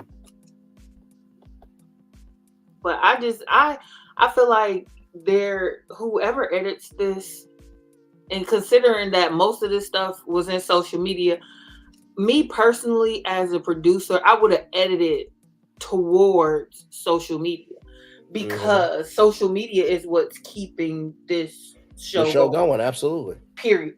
That's why I keep thinking in my head when Stormy called Mel a marketing genius. Yeah, you were right. When her and Madani, when her and old Dusty Dan stood in there and called Mel a marketing genius, I'm like, yeah, she is. And every time stuff goes on or she goes live and this, that, and the third, I just see it like marketing genius. Right. And it's like, how, like, I just sit here and think like, dang, Mel, like, you is it, sis. Yeah. You it. Like, you just I totally agree. Like, because you are using this. Because, like, quiet as kept, this show has sparked a side of YouTube that I'm going to miss once the show is gone. I really am. Because I use YouTube for sports and this. Yes. And some law and crime stuff. But I really wasn't on YouTube as much with the sports and my law and crime stuff as I am kind of hit and miss on different content creators about the show. Right. But I'm like, without Mel, there's no show, for one. No, agreed. But you know what, Shannon? I think that after everything that has happened, I think that this reset will really showcase who is a real content creator in the sector and who's not. I really think we need a really good mental reset. To just see who's going to stay around, who's going to not be here. And I don't wish that on anybody, but after this, we really need a reset. I mean, a hard reset. Well, I honestly hope they take a big break because that'll weed out who's really a content producer and who's not.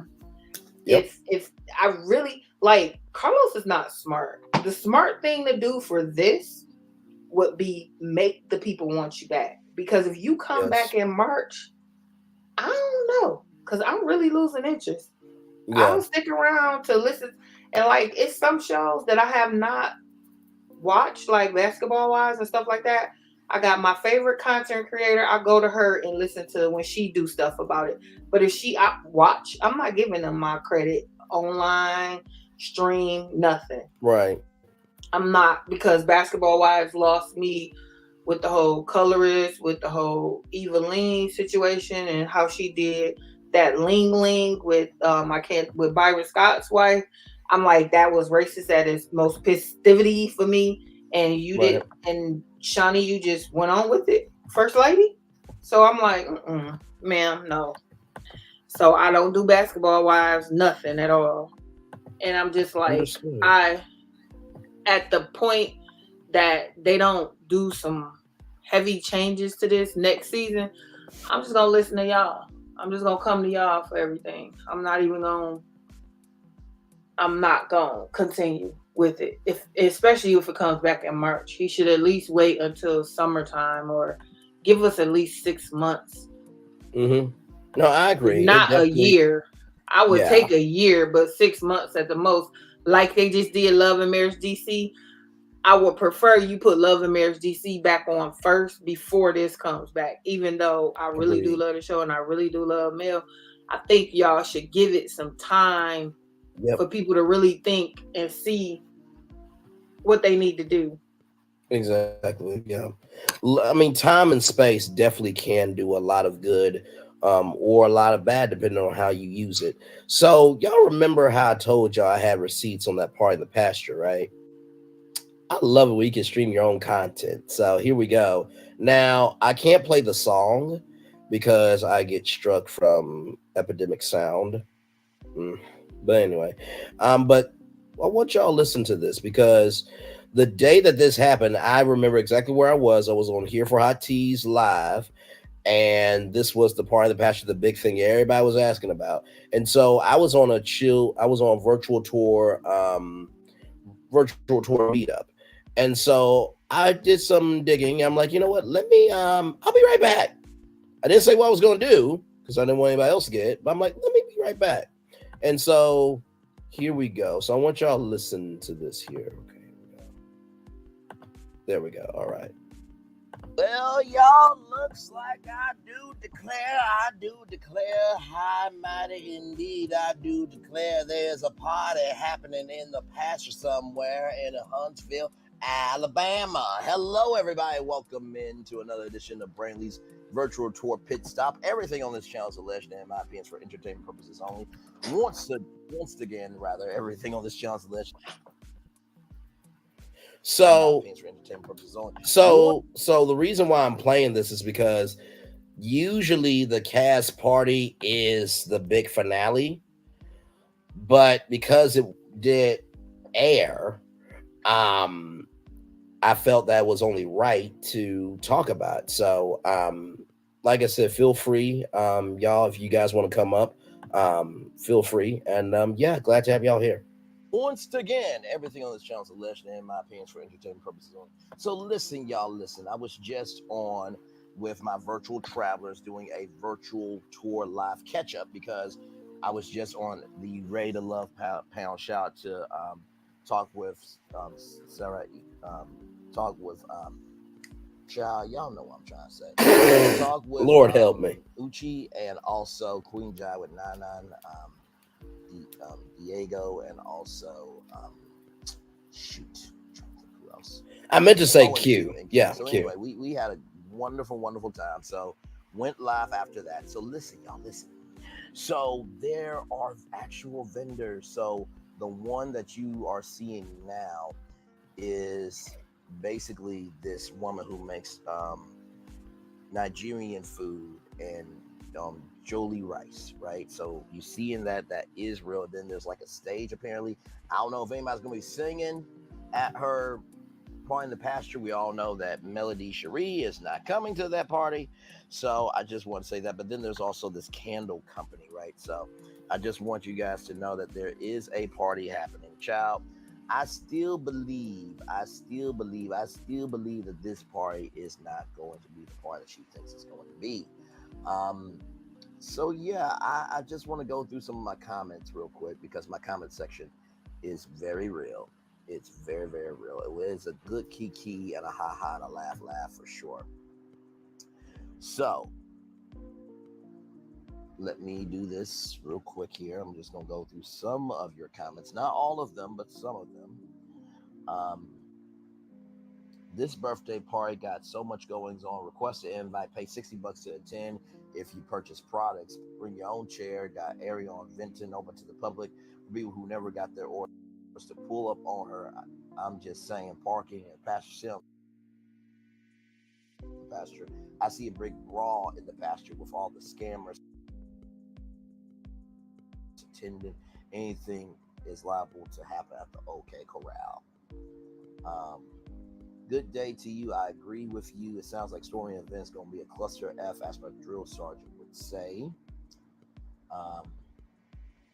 She's still trying to recoup artist cooking and hauling in cars. So those are just some of the comments off of the Stormy Still. This ain't no part of the pasture. It's going to be a disaster in the pasture. But as we can clearly see, it's going to be happening. So, looking at those posts. So the one from the woman that making Jole Rice was 11 hours ago. Stormy's estate 5 hours ago. Then setting up was about 5 hours ago for her story, and then 1 hour ago was a stage setup. So it looks like it is happening, ladies and gentlemen. Listen, child, all we can do is what we can do. Okay, so listen. I hope you guys enjoyed this. Slideshow. And one love, much love, all love. Bye, everybody. And this is going to be interesting. So, like I said, it's not official footage, but hey, I wanted to show y'all at least something. Okay, so much love. Bye.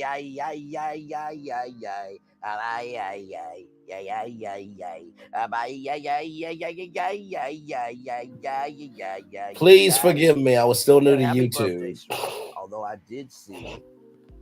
Although I did see a heat advisory today. You know what? Let me just go ahead and say this too. Huntsville. And I'm not making this up. This is from the Weather Channel. I know I said what I said, y'all, but I think that this is also important to add to the timeline here. So it is a heat advisory in Huntsville, Alabama. Okay. So right now I'm looking at the map right now, and it looks like there are some storms coming in Alabama. It looks like it's going through Knoxville.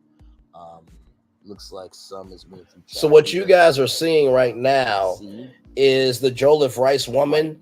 That is her going up to Stormy's house. So that's off of her Instagram story on that day.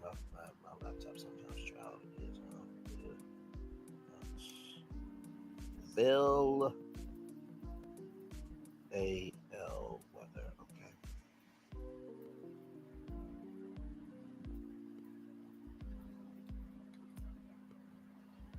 So, tonight partly cloudy with a chance of thunderstorms overnight, low 72 degrees. So this is what it's saying, a heat advisory, no joke. A heat advisory remains in effect from noon 12 p.m. to 7 p.m. Central Standard Time today. Lord Jesus. Heat index values up to 108 expected. So this here is a touch of magnolia. So this is a vendor that was there. So remember how Stormy said that she was going to have different vendors at this party and for business and stuff. So this is the vendor here for the candle company. So let me keep playing. Drink plenty of fluid. Stay in an air-conditioned room. Stay out the sun. Check up on your relatives and neighbors. Young children and pets should never be left unattended in vehicles in any circumstances. Take extra precautions if you work or spend time outside. When possible, restructure strenuous activities to early morning or evening. Know the signs and symptoms for heat exhaustion and heat stroke. Wear lightweight and loose clothing. I'm just skipping. Heat stroke is an emergency. Call 911, and that is from the National Weather. Nope. It wasn't there. So Touch of Magnolia here is the candle company here, and then this is the person that made the Jollof rice. So if you guys see here, 3,000. Let me just zoom in there, just so y'all can see 3,800 views on that video, 359 likes, and then the comment section, 31 comments here.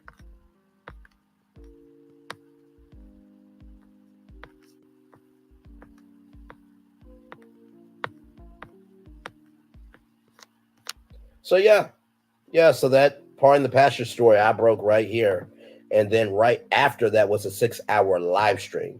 Y'all, I don't know how I did that night. Okay, Nikki News, love you as always. Good night. I do not know how I did that 6-hour live stream because I was looping this video on a loop. And then Resi the Diva told us that Uncle Wanda was live. So we went live to Huntsville, Alabama. But yeah, so yeah, in case y'all didn't know who broke the story on the Part of the Pasture, you got it right here. Shan, go right ahead. Thank you so much for always being here and love you very much. Go ahead. Oh, hello. No problem. No, I can hear you. I was just wondering why they didn't play that. That would, even just a chunk of it would have been better than nothing. Right. Like, I don't really understand that. That was like so dumb. Right, because here's the thing, right? Like because they were taping Love and Marriage Huntsville this past summer. And so we all thought that the Part in the Pasture would be the season finale party. But for some odd reason, they did air it. Now, I know it wasn't nothing because of what I did. I just did my research. That's it. That's all. But then there was some other things about bloggers being there or not being there. And, you know, Martell not being with Coleslaw that night and all types of stuff. But still, I think how we see it happen would have been important. So I do think they missed out on a huge opportunity, especially when it was covered on social media, like you said, lean it into social media. Yeah, whoever is producing this is missing the mark big time, because you're not taking advantage of your best asset, which is the newfound content creators. Yeah. You don't necessarily have to air what the people are saying, but you air something for the people. Exactly. Because you give the content air to talk and that free publicity they're giving, then you have more people coming to see. So it's like we're helping each other out, basically. Yep. And I don't think the producers get it, or I don't know if Carlos scrapped it or what happened. No. But you don't have to play into the full social media, but you need to play into something. Exactly. Play into what is actually factual, and that people are gravitating to. You know what I mean? Because honestly, to tell you the truth, if I was Carlos King and I saw, you know, my video 3,800 views, like, first of all, how did this dude get this information? But also, okay, let's mention this guy in the episode of he found out these vendors. So to show y'all even further about the Party in the Pasture, I'm going to show y'all a little bit, just a little bit of the night. Now, I'm not going to be able to play the music or anything because I don't want to get struck. Okay, so just roll with me here. But yeah, I'm going to show y'all a little bit of it because, yeah, that live was, oh my God. I truly do not know how I did that live. I was just, I think I was out of it. I don't know. Let's see here.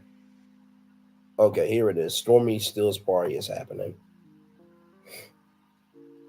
So I'm going to show y'all that real quick here. So here's Stormy Stills party happening. So this is me replaying the video here on my TV. So there's me playing the video that y'all just saw on the TV, and then here are all the people here. This chat was live that night. I mean, live, because I was playing this on a loop. You heard? I was playing this on a loop, just consistently. And then, you know, talking a little bit more about the part of the pasture here. Let's see here. Oh yeah,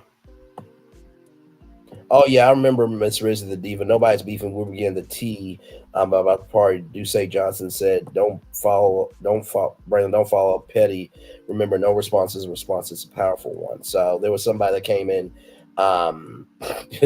Somebody came in and tried to shade me, but y'all see awesome coverage there. And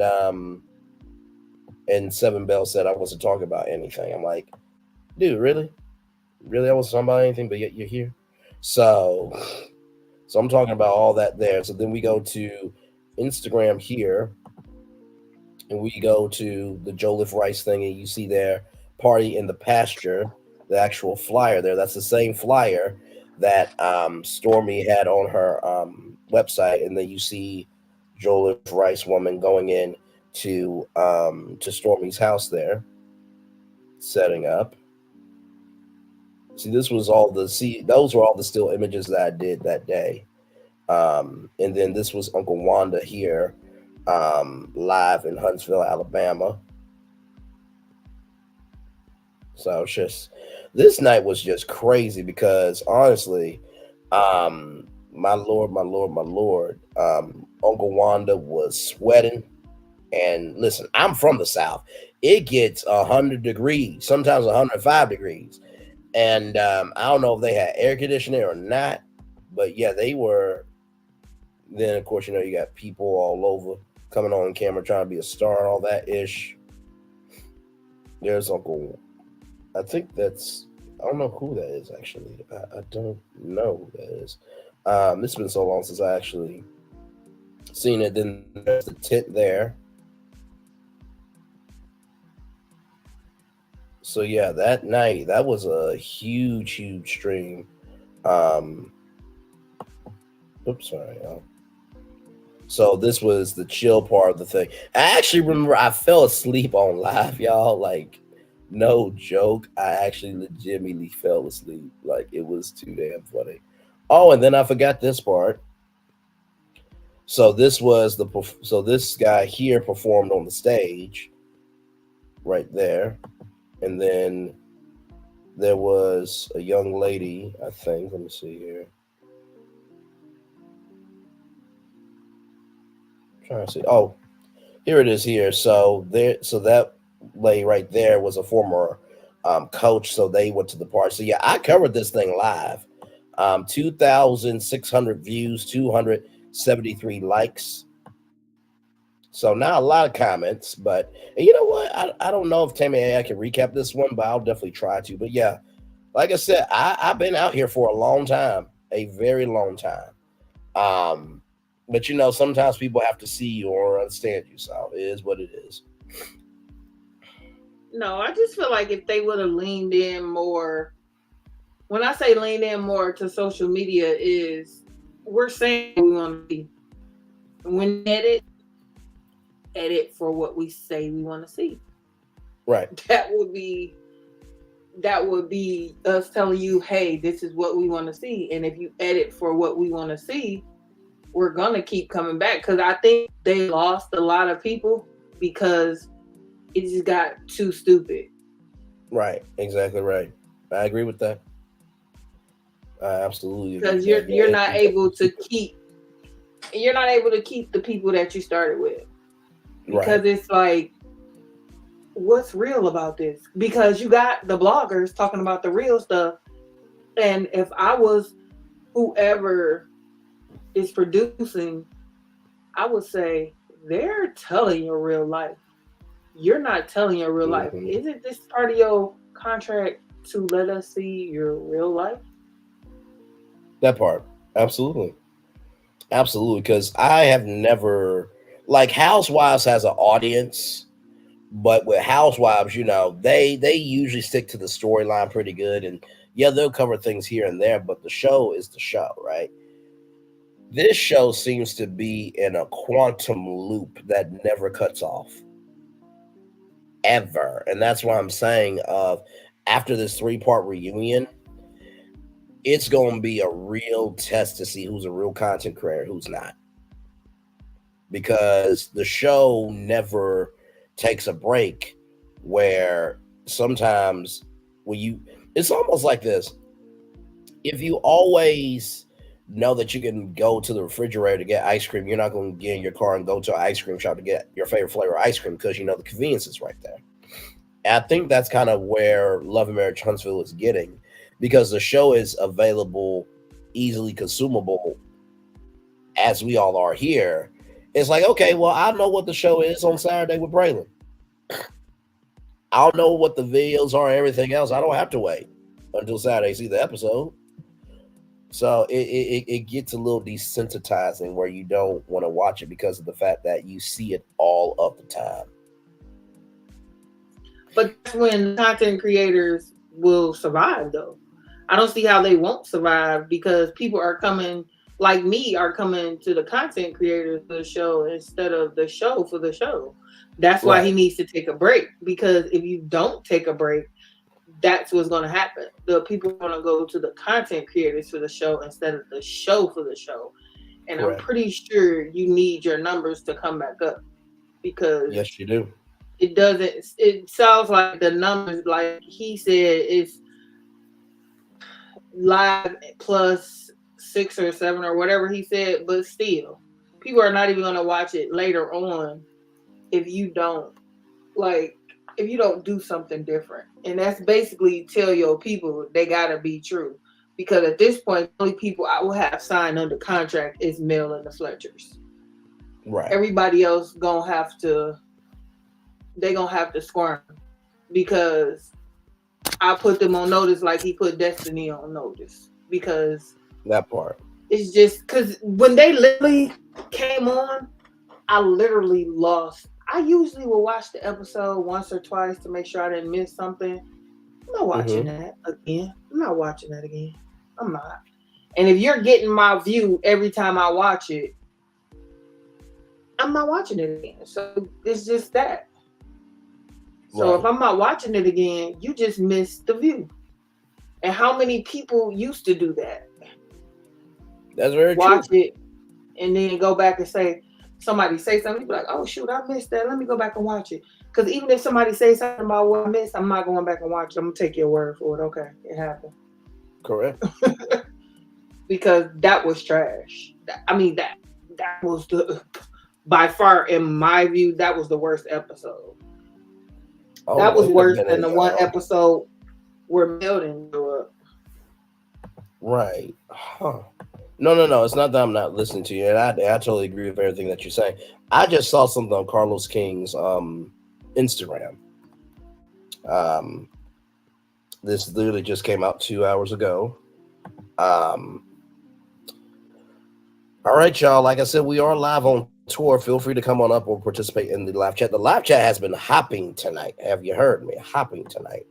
So let me show this on the screen.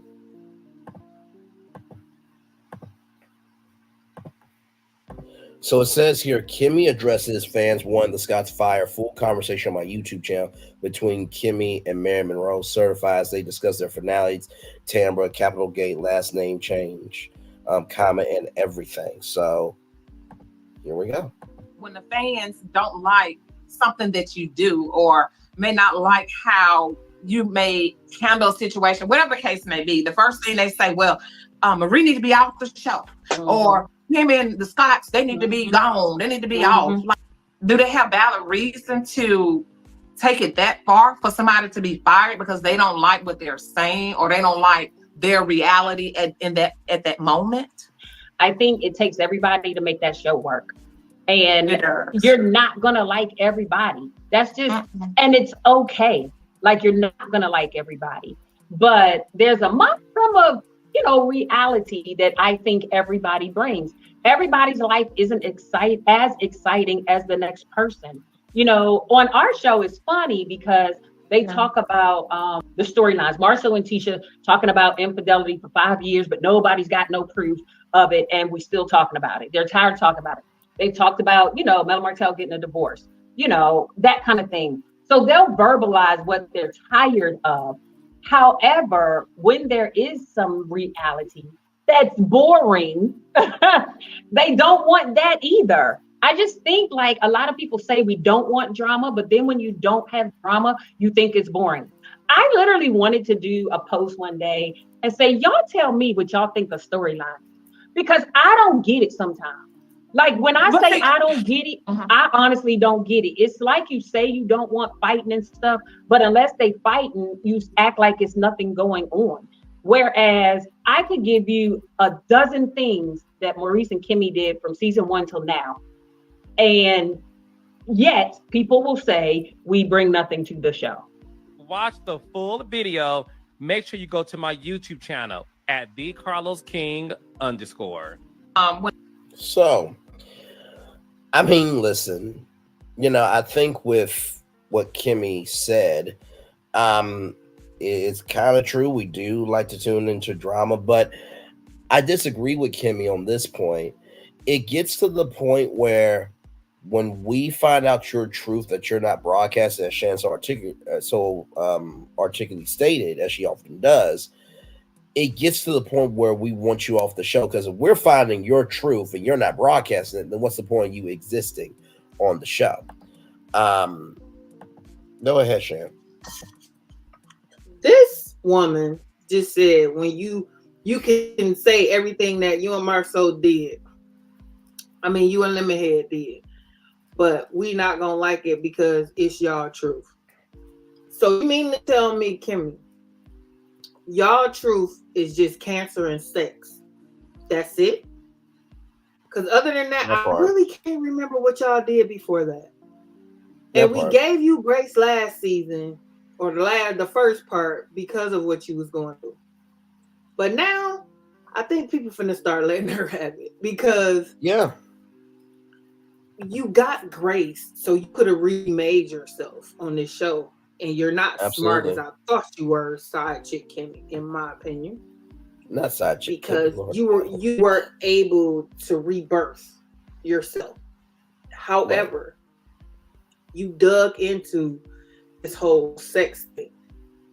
Now, I don't know about the rest of the married couples, but after you've been married for a while, or you're of a certain big age, sex every day ain't a thing. Because first of all, y'all too old and it ain't working. Right. Because after sex every day, after certain big ages, what else you gonna be able to do? Because sex ain't just like, hey, let's pow, we're over like you 20. No, it's a whole rigmarole when you're older, because it takes more. Once you're older, it takes more. I don't know no elderly people that just get in there, pow, pang, they both dang, and it's over. No. And that's why I'm like, if y'all are such business and go-getters, like, I know I have a couple that's friends of mine, and we kind of have this conversation. It's more like he's my friend, and she's just kind of like attached, because who wants their husband being friends with a female? But we have this conversation all the time as to what some people think marriage is, especially men. That's why a lot of men we have found, and it's just through conversation, cheat when in their younger years, when they get married early on in life, because there's this expectation that as a married couple, then you have children, that this is supposed to happen every day. You ain't got time. Who gonna take care of the kids? Who gonna be getting up? Who gonna just be woe out? Because kids don't need to sleep as long as elderly people, period. Like older. And I'm not mean like 30, I mean like 30s. Like if you got kids, multiple kids, and you in your 30s, you're tired. And you're absolutely right. Just like Tisha having to schedule it in, it's a joke and it's funny. But if you're scheduling it in, you sound stupid, for one. But for two, you almost have to if you're going to do it every day. Correct. And I feel like maybe she thinks she has to do it every day to keep him out the streets, but it didn't work. You know what I'm That saying? part. So Kimmy is not giving us her real life, because your real life would have been actually showing the conversation where your parents or somebody was mad, or a telephone conversation or something about it, that somebody was actually mad about that. Because I think they only did that because we were mad about that. Mm-hmm. No, you're absolutely right. It's very reactionary. And my thing is this, like if I haven't seen Bell Collective, but I know about the show. But to Marie and Kimmy, if you guys don't like it, then just don't come back. But if you come back, like it's a part of the check. So let's go through some of the comments here. The legendary T Talk with your girl says, newsflash, they got rid of Scott 2.0 and Maria. Both shows would go on. Maria's a mean girl. We could do without that. And Kimmy, we're tired of hearing about your sex life after all you went through. You could have done better this season, but you were too busy trying to keep your husband afloat. One reply says here, however, Kimmy could have talked about life after nursing, what she's doing now. Spoke about the death of her father, how her mother's dealing with the loss, could have gone to the doctors, could have shown going her to doctor's appointment, libido, sex 3 times a day, roll over suffering through it. Dry cat, her sex addicted husband. Y'all both can go now. They really need to be fired. They're not bringing their authentic selves and playing our faces. Since season 1, Mary carried the show. Even Martell, they leave the Scots bring nothing. Bring the Fletchers full time. Push Storm and her spouse out. Fletcher's a new breakout star. So as y'all can see, the comment section is commenting hard. You know what I mean? So because everybody feel like what I just said. There's a lot going on in your marriage, even with the little boy, Junior, that y'all not talking about. And it's just silly that you're not talking about it. And it's like, make it make sense. Because you and Marie have 2 totally different problems. Marie is a bully. And your problem is he won't let you talk about your real life. Mm-hmm. That's it. So you and Marie cannot be saying y'all are in the same boat, because y'all not. It's not possible. Right. It's not. And I don't think Marie doesn't even know. But actually, it's funny that they paired them, because Marie doesn't have a storyline either. All she talks about, she uses her mom for her storyline and her daughter's dancing. Other than that, Marie doesn't have a storyline. Right. No, did you notice that? Marie doesn't have a storyline. And some people said that in the comment section as well. This person saying the Fletchers are fired, bring Destiny back. Only 1 like for that one. Just hey, listen, no shade. I'm just reading what's in front of me. Kimmy, stop talking about Mel. You're not her friend. However, we're tired of seeing the gaslight, misogyny, condescending men and women with no backbone that tolerates it. I'm absolutely okay with removing the Scots to keep the Fletchers.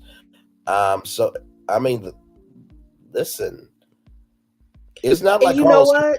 A focus group. Go ahead. No, the Scots, one thing they did say is they said something about them having their clothing company, and they did something with Micah, but that's it. Y'all didn't do no closings. Y'all didn't do nothing.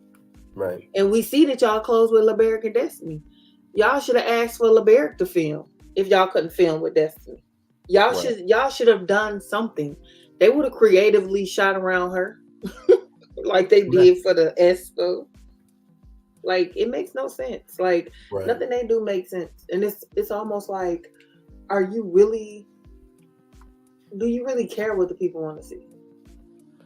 No, factual. I definitely agree with that. I mean, when you think about casting for the show, I mean, good Lord Jesus. I mean, at this point, the show has such an energy to it that it's like, do you even want to be on the show? I mean, is the price worth the emotional cost? And I think that's where most people are. Most of the time when you make it on TV, you know, it is a big deal. If you can manage it right, you can get more blessings than you can ever receive. But with this show, it seems that you're known for toxicity, chaos, except Melody, because she carries herself, you know, beyond the show. And when most of the other cast members, all they have is the show. That's it. So if Melody wanted to do Melody's Tracks of Life, you know, Thursday nights, 9/8 Central on Nubian TV or 9 Central on OWN, only here, hashtag on Keeping It Real, she could do that and the show will be successful. The other ones, they don't have that backing. And quiet as kept, if this show falters, Mel can go start something almost like it on her own show, on her own station. That's it. That's it for me. Like, I can't wait for that. Yeah. Yeah, not to mention too, she will own the content. That means when she gets to 100 episodes, she can pitch her show for off-net syndication and keep getting those royalty checks. You know what I mean? So, and all she got to do is piggyback off of Love and Marriage, Huntsville, and her own network will blow up.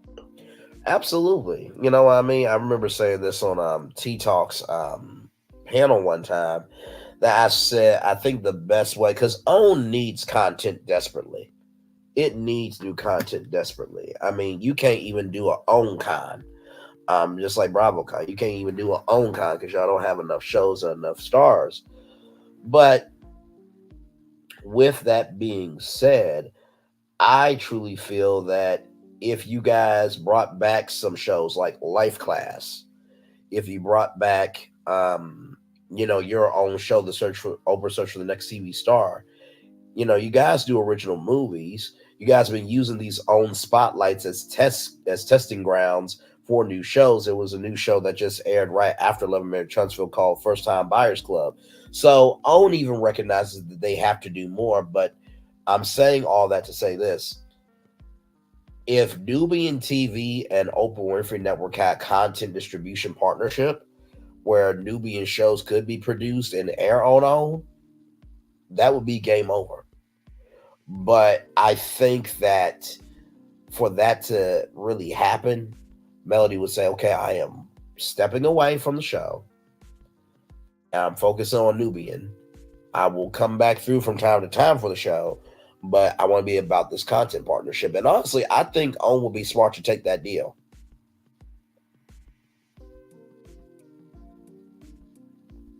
I don't know. I don't think that her go easily. I think it has to actually stop. I think they know what they have. They just don't know how to use it. What do you mean? You mean the franchise itself, or what do you mean? Melody. Okay, gotcha. But it's not necessarily own thing. It's more of the Kingdom Reign Productions. Because everybody said own. It's not own. It's Kingdom Reign. Because I listened to something that Melody said about her own company, and she said her production company, or I don't know if it was the production company or network, when old girl came after her from that Radio Love, and she was talking about how people come to them with the budget.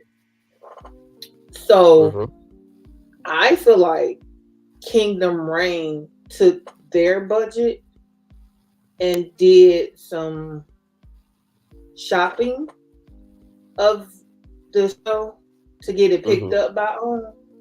Correct. And OWN only steps in to the point to where it's like with the stuff that was going on in Huntsville, where it was like all that stuff that was creating a possibility for lawsuits for Mel and Miss Van, because hostile work environment and people yelling stuff like that, those are buzzwords that mean, hey, if something even insinuates to happening, they could be suing us.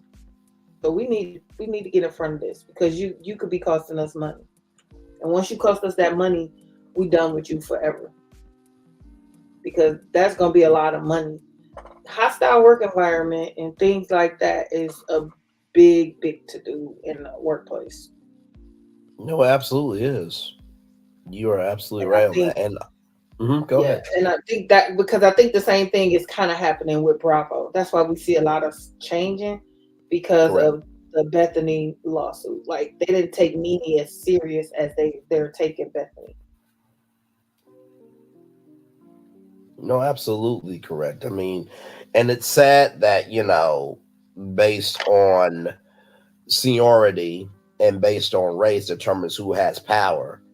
But also, too, it really goes to showcase that whether you sit high and you look low, or you're sitting low looking high, everybody's going through something.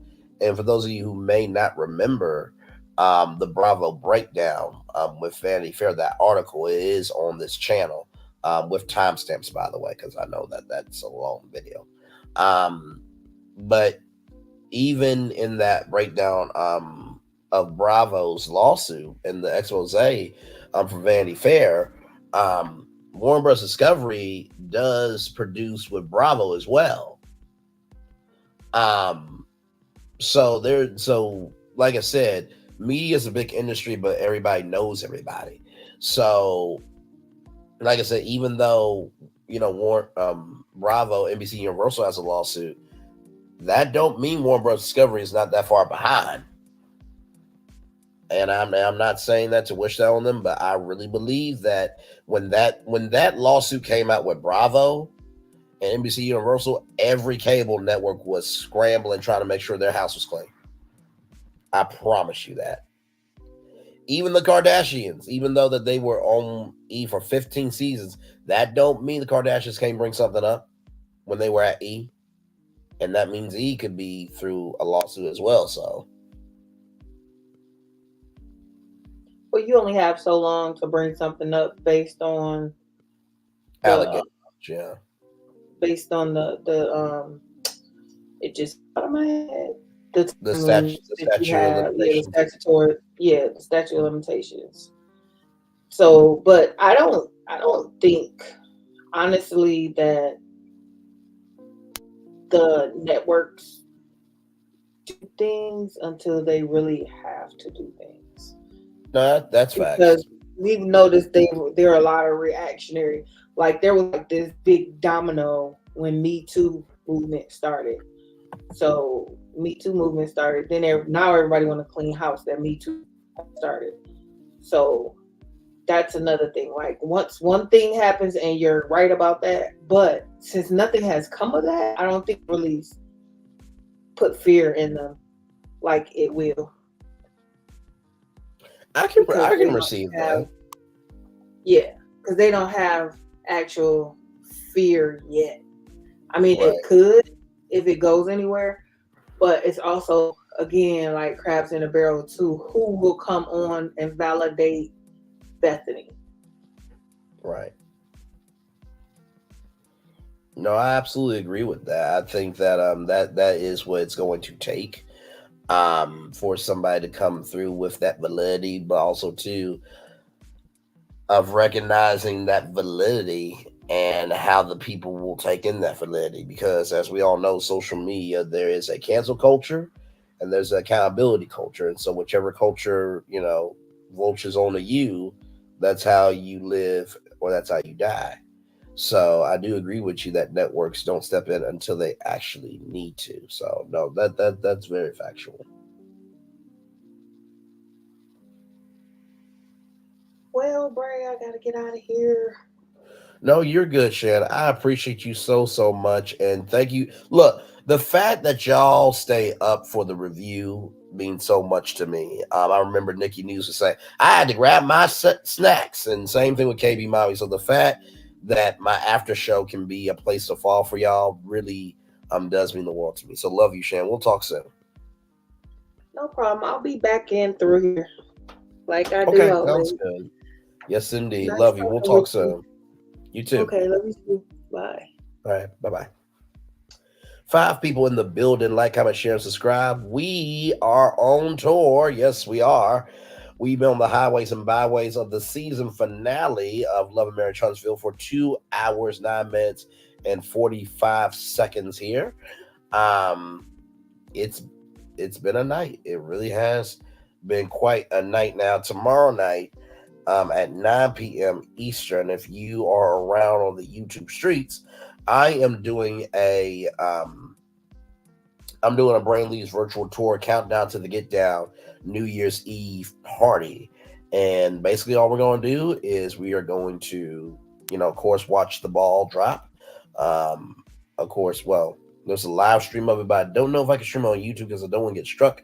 But yeah, we will count down to midnight, of course.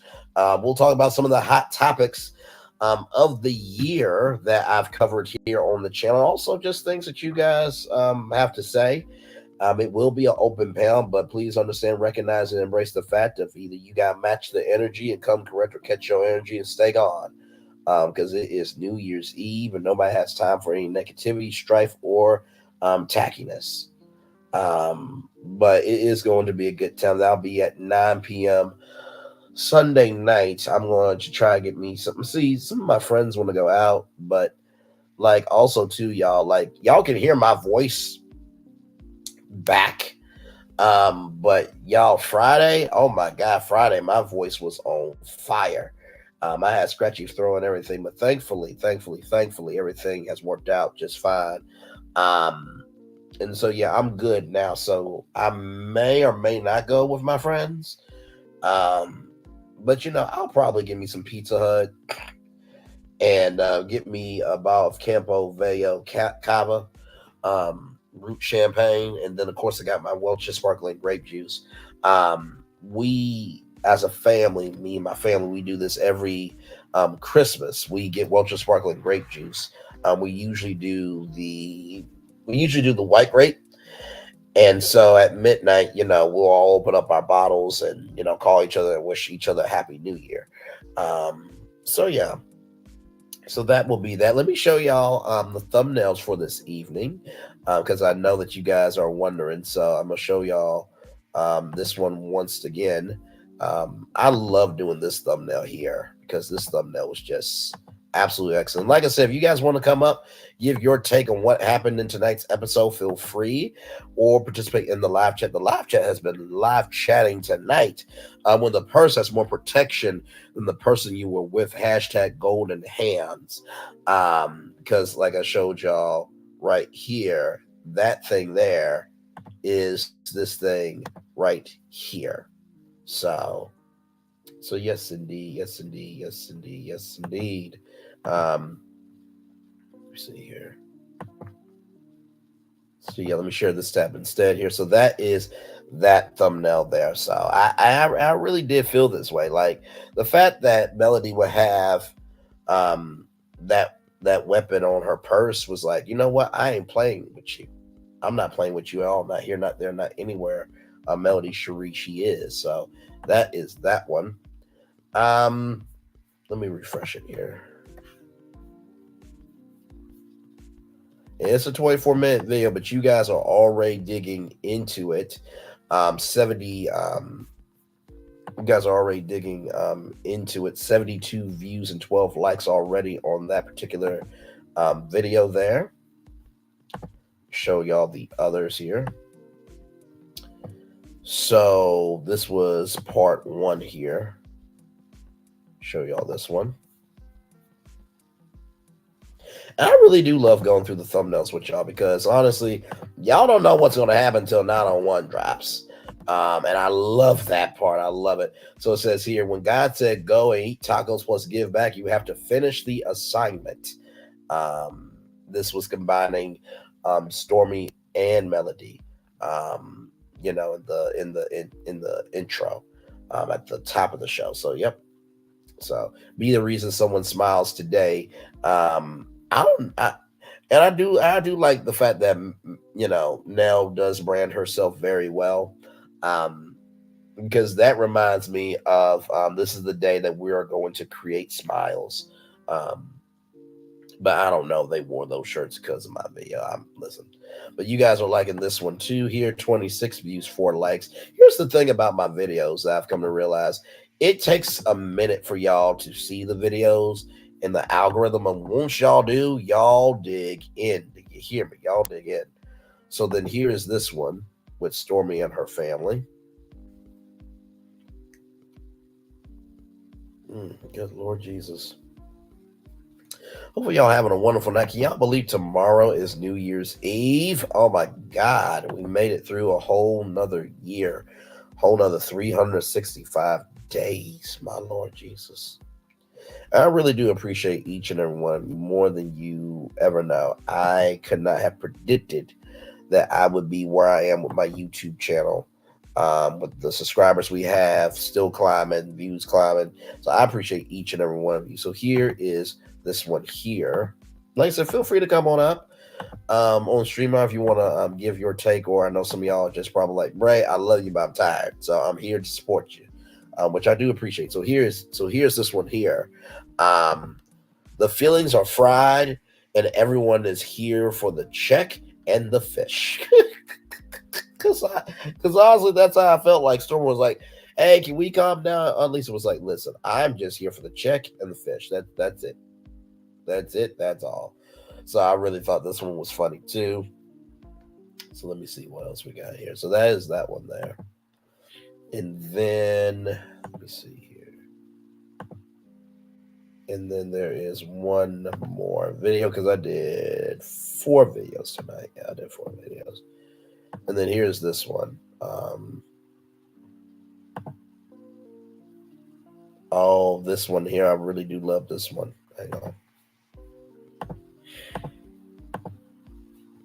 This one here says, Luther said that a house is not a home. Well, love has no value if you don't care about the person. And I felt, when I made this thumbnail that I was really speaking truth because,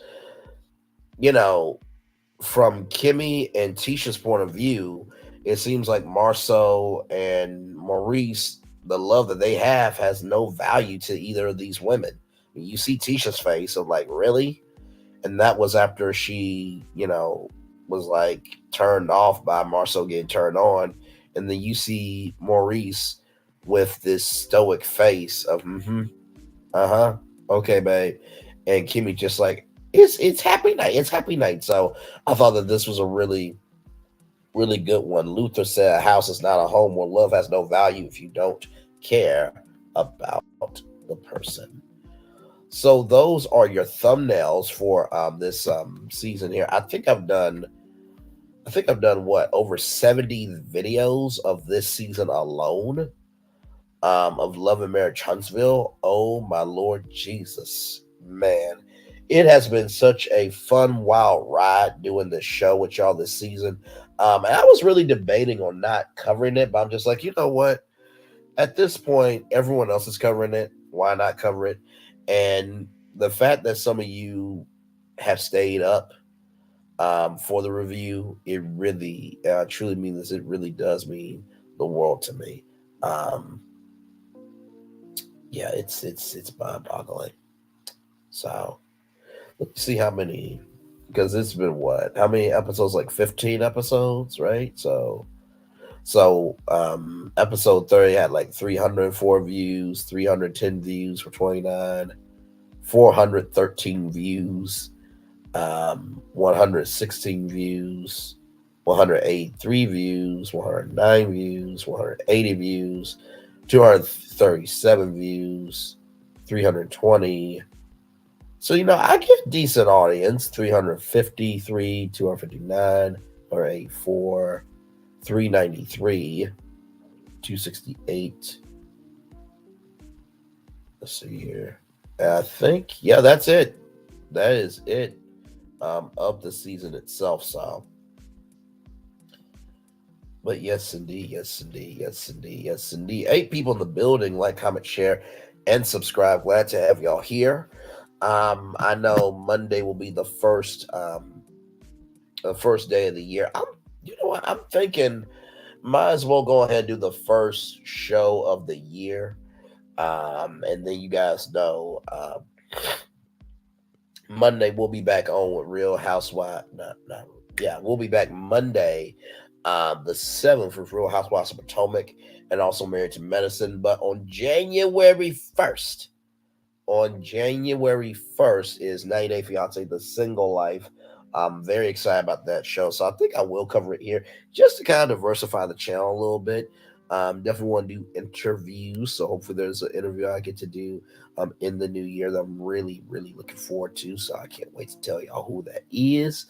But yeah, I want to be able to do giveaways. I want to be able to, you know, do memberships. I haven't done memberships yet because, for one, I'm still growing the base. You know what I mean? And also, too, each and every one of you are coming here because you want to be here. And so, you know, I always try to make sure I'm being respectful of the fact that not everyone has it. You know what I mean? There probably will be a point where I will go to, you know, the Patreon, to use the words of the Silver. But right now I'm cool with it because, listen, y'all see my content. It is out loud. It is public.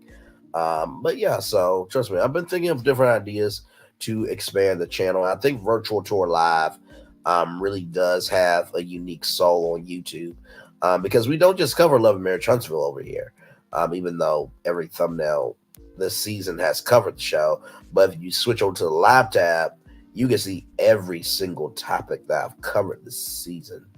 A Virtual Tour Live, and oh my Lord Jesus, this was just season 1 of Virtual Tour Live. So yeah, I think Virtual Tour Live will be big in the new year. I really do, because I think the way that we hear covered stories is unlike anything else. And like I said, I know that, you know, content creators like DJ Richie Sky and Kempire, they are in their arts of reality TV, but I feel like here we go there. You know what I mean? So 8 people in the building. Ooh, excuse me. Like, comment, share, and subscribe. Glad to have all of you here.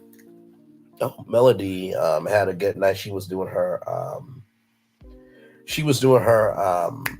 finale party tonight with Don Michelle. I think Don Michelle was there. Brother Marcus was there, so they were partying it up tonight. And Melody was coming through on the commercial breaks and things like that. So, and by the way, shout out to Melody for going through different content creators' lives and everything. And honestly, too, there's not too many celebrities, well, specifically reality television stars, that they will be that engaging with their audience, because it's like, okay, I love y'all, but I'll see y'all next season. But no, Melody, she really does invest in people. And, you know, shout out to, I think I saw Melody at Trending at some point. I saw her at Here for Hot Tea. I saw her at Tea Talk with Your Girl. You know, she's been at Queen Sheba's before. Diana Rose, she's been there. I don't know if she's been at the Silver, but I feel like she has, because the Silver is a legend out here in these streets. Trying to think who else. Uppity, she went through there as well. So yeah, she's been through some content creators, and that really is awesome. I'm happy for all of them for sure. So, but yep. Oh Lord, I'm gonna put the one back up with Melody and Martell, because that one to me was just quite the funniest one. Oh Lord. Like I said, my voice is fine, but now I feel like my head is like, oh my Lord Jesus. But I'll make some Faraflu here in a minute. Oh my Lord. Let's see here. Okay, here it is. 11 people in the building. Thank you all so much. Like, comment, share, subscribe. Glad to have all y'all here. This is the season finale. So for those of you who are wondering, well, Bray, the season's over. Do we have anything else? Of course we do. We have a 3-part reunion coming. It will be coming January 6th. Part 1. Part 2 will be on January 13th, and then part 3 will be airing on the 20th, on January 20th. So yes indeed. Oh my Lord. Man, oh man. 13 people in the building. Thank you all so much. I appreciate it. Yes, you are seeing that thumbnail correctly. When the person has more protection than the person you are with. Hashtag golden hands. You know, once again, I think Carlos might have something to say to me. Let's see what he has to say. You don't want to miss. You have a dark soul. Oh, I'm gonna get past it. You are changing lives. This. I'm very concerned about you. Love and Marriage Huntsville New Reunion Part 3, Saturday at 8/7. So, you know, I do appreciate the fact that I am changing lives, and that, you know, I'm gonna get past it. I appreciate that, Kimmy, that you let me know that I'm gonna get past it. And to that wonderful announcer, I agree. I don't think people want to miss any of this on this channel or miss any other show. I love association games, don't y'all? It's fun. It's fun. One more time. Central. You don't want to miss. You have a dark soul. Oh, I'm gonna get past it. You are changing lives. This. I'm very concerned about you. Love and Marriage Huntsville New Reunion Part 3, Saturday at 8/7 Central. Now, like I said, I forgot to mention Tisha. Tisha, I don't have a dark soul, but apparently you do with Marcel. I mean, as you said tonight, if y'all don't have trust, y'all have nothing. And Carlos, you're concerned about me. My Lord, like I said at the top of the show, I'm concerned about you and where this show's about to go. So I listen. Thank you, Carlos. Thank you, Kimmy. Thank you, Tisha, and the announcer for y'all thoughts and contributions and points of view on what I had to say. And I really, really, from the bottom of my heart, thank y'all so much. Thank you. I'm so extra. Why am I the way I am? Why?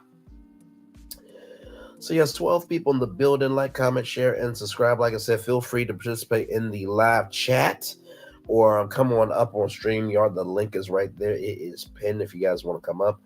I am legitimately chilling out here. 13 people. Thank you all so much. Much love to y'all. Like, comment, share, and subscribe. Glad to have all y'all here.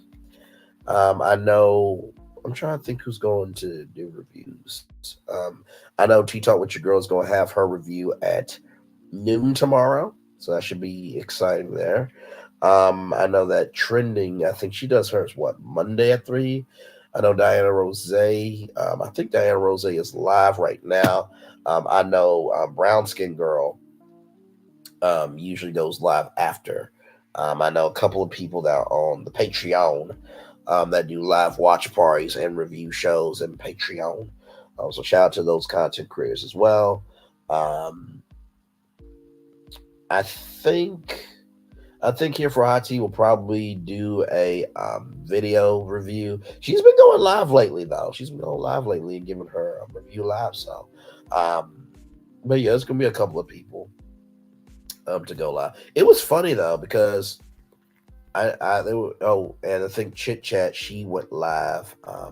She went live with Huntsville Happenings earlier today. I think Titanic went live. I think, yeah, she did go live at 10:42. So there's a couple of people. So y'all, please go support content creators, people who actually create content. So yeah, yes indeed. Oh man. Oh man. Oh Lord. I still can't believe that this ninja had that much airtime to be that stupid. I just couldn't believe it. I really just could not believe it. And y'all, and listen, y'all know me by now in these reviews.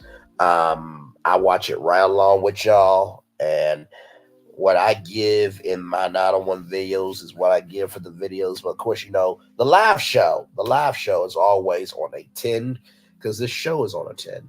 But I really could not believe that Martell could sit there across from his ex-wife and say that he's trying to create peace when he is not about peace. That was flabbergasting to me.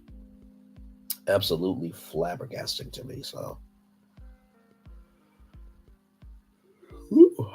Sorry, y'all. I'm not gonna fall asleep on y'all. I'm resting. Mentally resting. 13 people in the building. Thank y'all so much. Like, comment, share, and subscribe. If you want to come up on StreamYard, feel free.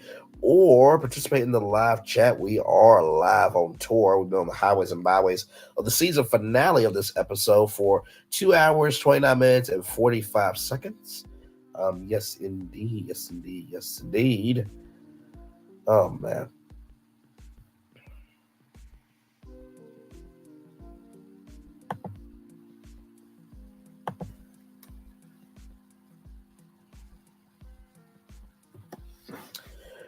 Let me go back through. Oh wow, y'all are so awesome. 55 likes. Thank you all so much. 13 people in the building. Thank you. I appreciate each and every one of you. Let me go back through and thank everybody who has come through tonight. Nikki News, thank you. P2 Ross, thank you. Rose Armstead, thank you. Let's see who else. Mary Hooks, thank you. Reviews and recaps, thank you so much for being here. Glad to have you here for the first time. Hopefully you'll come back soon. Much love to you. And by the way, that clue, y'all. So for those of you who may not remember the clue that I gave,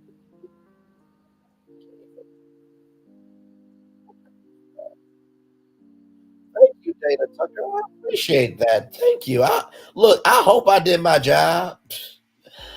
You know, with this show, honestly, you have to laugh to keep from crying.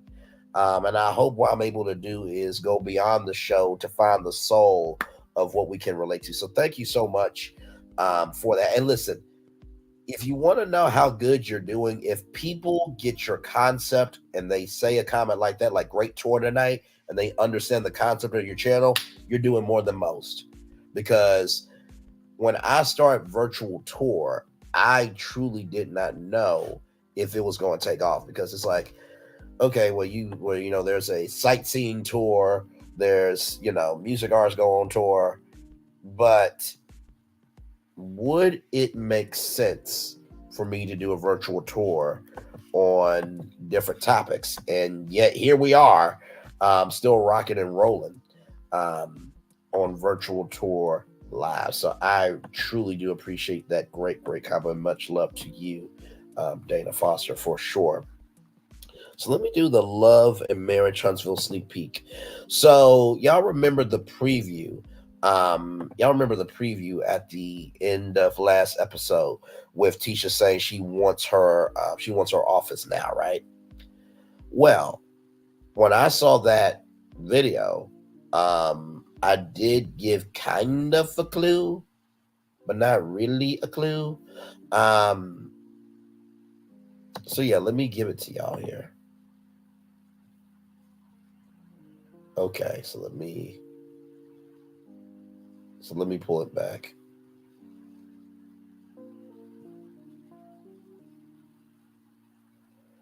So let me pull it back here. Okay. All right, so y'all ready? Here we go. Now I want y'all to watch. I want you to watch for the clue here, okay? I want you to watch for the clue. All right, here we go.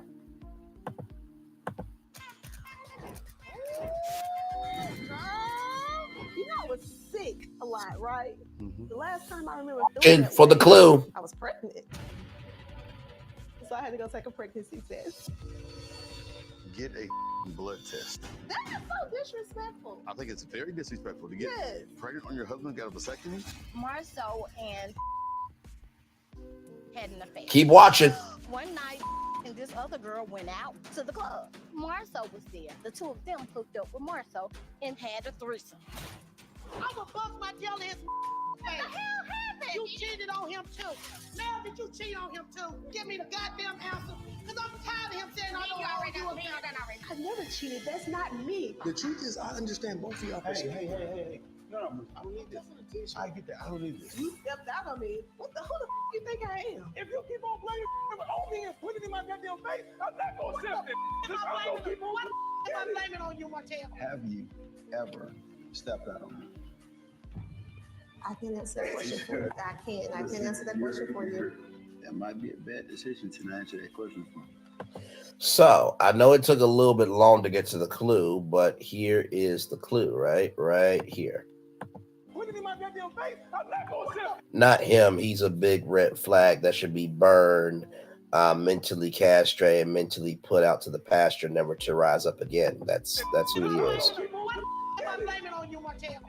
So here it is here. So this was Tisha in that outfit in the last preview, right?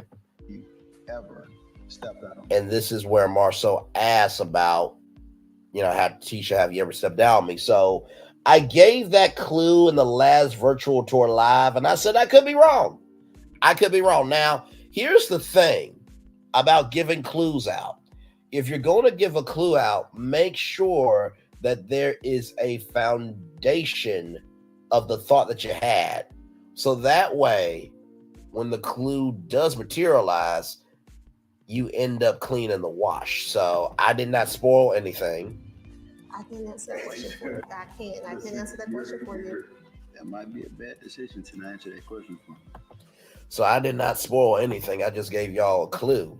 But then again, I could have been wrong too. You know what I mean? So it is what it is. But I hope y'all enjoyed that clue that I gave last tour. Hopefully I did that for y'all. Yes, indeed. Yes, indeed. Yes, indeed. Yes, indeed. 14 people, 15 people in the building. Thank you all so much. I appreciate y'all very, very much. Definitely appreciate y'all so much. Oh, let me go back to who I was thanking. Mary Hooks, thank you for coming through. Let's see, P&2 Ross, thank you. Quincy Brown, thank you for being here. Just trying to make sure.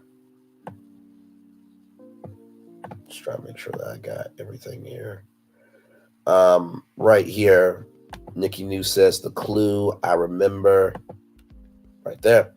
Let's see who else. Shanna, of course, Quincy Brown. Ruthie Lewis came through. Thank you so much, Ruthie Lewis. PN2 Ross. The emoji of the night there with my question of how can Martell ask Melody to, carry that energy off her heart when he did what he needed to do with his ding dong in someone else's launch pad. So I bet y'all were not expecting that question to come out of my mouth tonight, but I'm like, listen, at this point, somebody got to break up the damn monotony. But yes, indeed. Yes, indeed. Yes, indeed. The Mr. Krabs moment. Oh my God, that was funny. Story B. My Lord, Patricia Ellis Robin. Yes, indeed. Thank you for being here as well. Let's see. Roxy R. Thank you very much for being here. Phyllis Crawford. Thank you. May, June, July. Thank you here. Let's see here. Who else came through? Ramel Buxton Johnson, thank you. It's Snow Time, thank you. Nikki Rob, thank you. Hey, long time no see, my friend. Let's see here. May, June, July says Stormy's get together was as entertaining as Tiffany and Lou's last scene, and that other Stormy scene with her husband and chief financial officer from May, June, July. May's got a man at home. That, let me tell you something, that Betty got a husband thing was so damn funny. Oh my Lord Jesus, that was, y'all, this is, I believe that this is going to have a lot of views on it, especially once I put the timestamps in, because y'all, here's the thing, I don't rehearse what I'm going to say. I really don't. I mean, listen, I do take mental observations, right? I do take mental observations because as I'm watching the show, I'm trying to think back of the history on the show. I'm trying to think about what you guys are going to be talking about, or what has been talked about all day leading up to the show. And then somehow I process culture, process the show, and I process my own emotionality to give y'all a actual show. You know what I mean? I don't do, never mind, I'm not even going to go there. I'm not. But yeah, let's see here. Who else here? Let's see here. Colton James. Thank you, brother, for coming through. Colton James comes to us from the Ready to Love panel that we do every Saturday at 3:05 p.m. We did the panel today. It was Talk with Solana, Queen T with GG9, my main man Q, and of course myself. The episode was the episode, but the reunion really wasn't too much to the reunion, but there's another part of the reunion next Saturday. Kelly Davis, thank you for coming through. And then May, June, July with the first comment here. I'm waiting for this review. Love you. I appreciate you for that beautiful compliment. Thank you.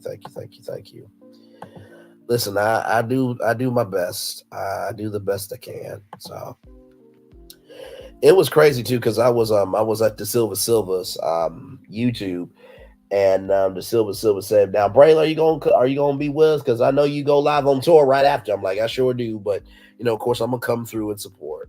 I often do. Oh, and the BMW S3. Thank you for being here as well. I don't know if Castoria is still here. I know she wanted to maybe come on after Mark.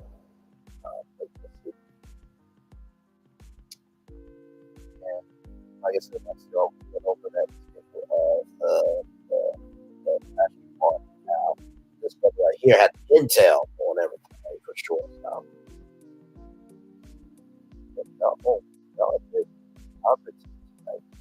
14 people still here. Thank you all so much. I appreciate y'all. I feel like at this point we're just chilling out together. You in your bed, you at the kitchen table, you might be getting some late night food, and you are just here hanging out with me. And I'm hanging out with you, and I certainly do appreciate each and every one of you for being here. I know that's a broken record, but I really do mean that. I appreciate y'all. So, oh man.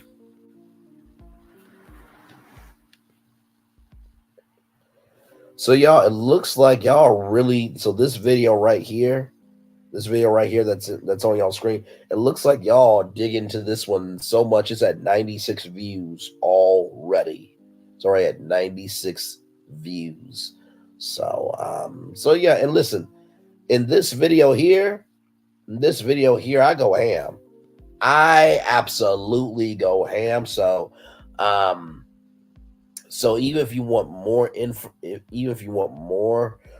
intel, go to this video here because here's the thing. I try to give both audiences what they need because I know by the time 901 comes that there's an audience waiting to hear from somebody, and there's also a person waiting to hear immediately after. So yeah. So 17 people, 13 people in the building. Thank you all so much. I appreciate it. We're just chilling. I gotta figure out what pizza I want for tomorrow night. I think, I always go pepperoni and beef, but I think I want to go meat lovers. That's what I'm thinking. I'm thinking going meat lovers. So, like I said, I'll be here tomorrow night at 9 p.m. Eastern for the party. By the way, to black women in the building, I shared a post on her community wall. She will be going live at 5 p.m. I'm going to stop by there. I'll be there live. Trying to think who else will be going live New Year's Eve. I'll drop by T Talks live at 10 p.m. Of course, I'll be live here at 9. So I'll be on an hour early to get the party started here. But yeah, we're going to count down all the way to the new year. We'll go back through some of the legendary thumbnails of this season for Love and Marriage Huntsville. We'll recover some of the topics that we covered, and of course, y'all know me by now. Listen, it may be a virtual tour live, and hear me out when I say this. It may be a virtual tour live for the New Year's Eve party where, okay, I'm going to take all the topics on the last day of the year, and we're just going to go topic to topic to topic to topic, leading up to the new year. So we'll see how that format turns out. But that will be tomorrow night at 8 Central right here live on YouTube. So very excited. Oh, my Lord.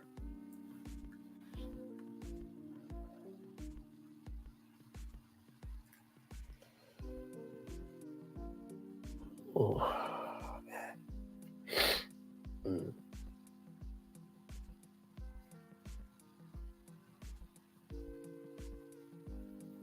Let me do a poll in the chat real quick here. Let me see something.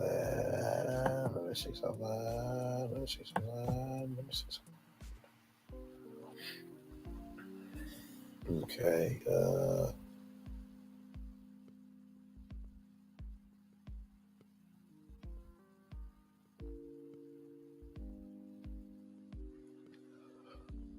Oh yeah, it's been so long since I've seen that video. My lord, my lord, my lord.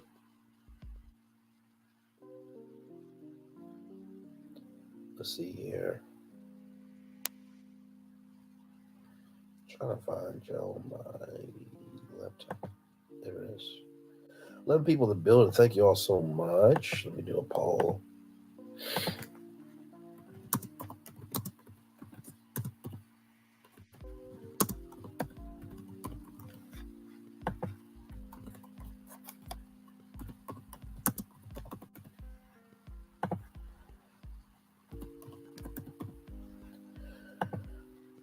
Ooh.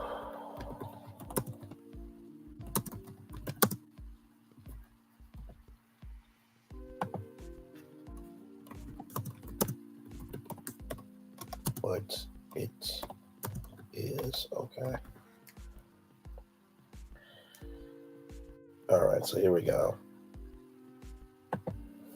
So there's a poll there just to see how y'all are feeling about this episode.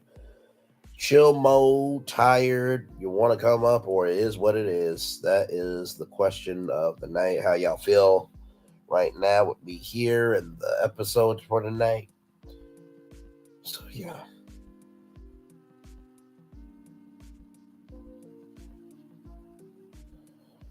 Oh man. Tired. You know what? I relate. That's why I put that as an option too, because honestly, y'all, like I mean everything's been talked about on the show. I don't know what else to say. I don't, but you know, I'm here chilling with y'all because listen, there are what, how many people still here? 9 people. 9 people still hanging in. Still hanging in with me. As we are live on tour. 6 people now. But yeah, I'll end this with the daily motivator, and then we will close this thing out. But yeah, I appreciate y'all. I really do. This has been a fun one. I think this was a good way to close out. I wish we would have seen the part in the pasture. I wish we would have seen that. But I mean, hey, that just means they gotta use it next season, right? Depending on the editing, right? So.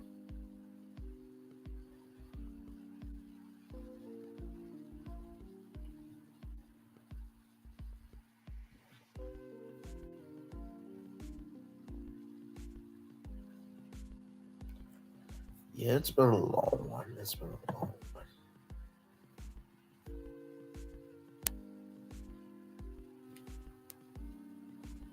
6 people in the building. Thank you all so much. We are chilling.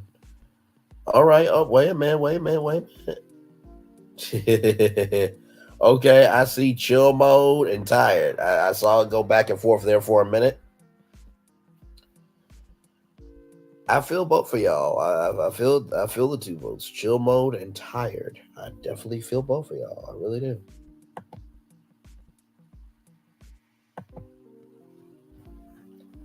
By the way, shout out to Real Talk Bougie. I was over there with her. And we're talking about the Steve Harvey, Shirley Strawberry and Nesto case. Got to give my media perspective per usual, and it was a good time. It was a real good time. I really enjoyed Real Talk Bougie, and yeah, so it was a good time. It was a good time. Yes, it was.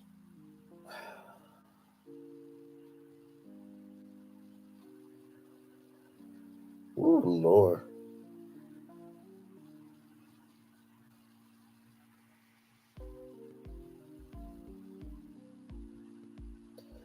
Five people watching. Thank you so much. We're just in chill mode, y'all. That's really it. Like, I feel like honestly at this point we are a combination of tired and chill mode. That's what we are. Hey, 8 people, welcome in. We're still here talking about Love and Marriage Huntsville too. If you guys do want to still talk about it, feel free. We are just chilling. There's the legendary outro there. I'll bring it back there. Oh man.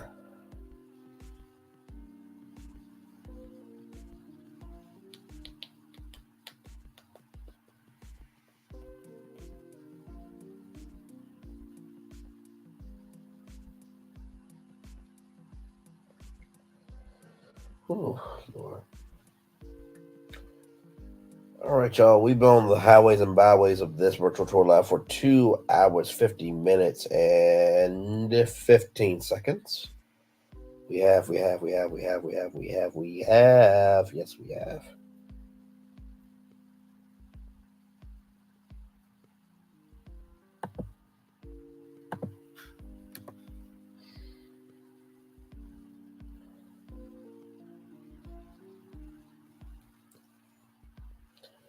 Oh, man.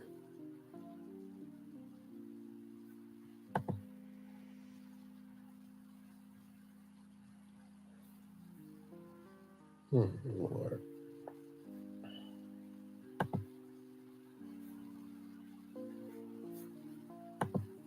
Well, y'all, we're almost at 3 hours here.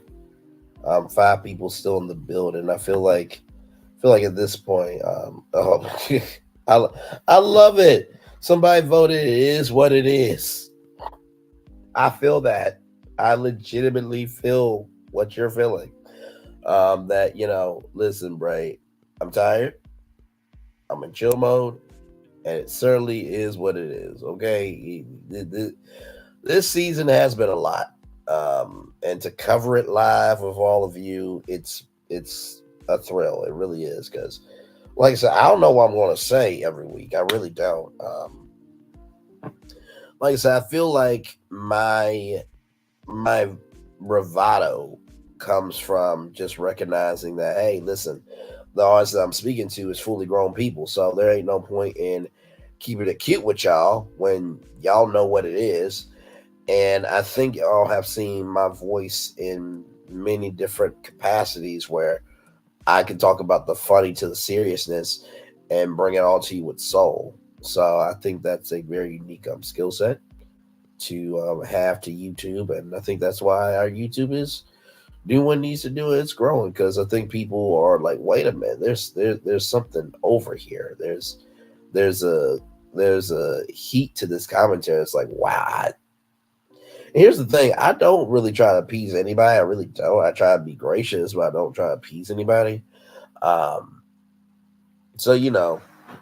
like I said, if you own the episode, I'm talking about you. Point blank in the period. That saves me and everyone else a lot of pain, because we don't have to worry about, are we being mean to this or that person? I'm like, nope, if you're on the episode, you're on the episode. And, just because you're not on this week's episode doesn't mean you won't get talked about next week. So, 10 people in the building. Thank you all so much. I appreciate y'all very, very much. Like, comment, share, and subscribe. We're live on tour. We're just chilling. As you can see the results there of the poll. We are in chill mode, tired, and it is what it is. 4 votes after 7 minutes there. I do love doing the polls with y'all. It's fun, because you can't fake it. Take care of that voice and see you in New Year. Good night. Thank you so much. I appreciate you. Thank you. Yeah, the voice is back for what it is. Because, man, let me tell y'all something. Friday, I was pushing through those 2 shows. I really was. But I'm like, okay, yeah, my voice is back. So I appreciate you, Dana. Thank you so much. Thank you. Oh, man, I can't wait for tomorrow night. Pizza, champagne. Seeing y'all, virtual tour live, countdown to the Get Down New Year's Eve party. Should be fun. Like I said, I'm going to be over at Black Women or in the building, just support her for a little bit. I may even stay there the whole time. But yeah, she's a new content creator. So actually, let me see. Let's see if I can find Black Women are in the building and drop her link for y'all. Black Women.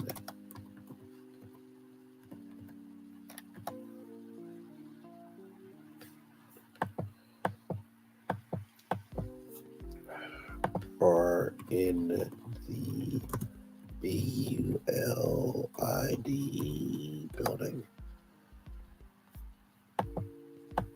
Okay, you know what? I'll just go on my channel because I did share it on my channel. Hang on. Ooh, hang on, y'all.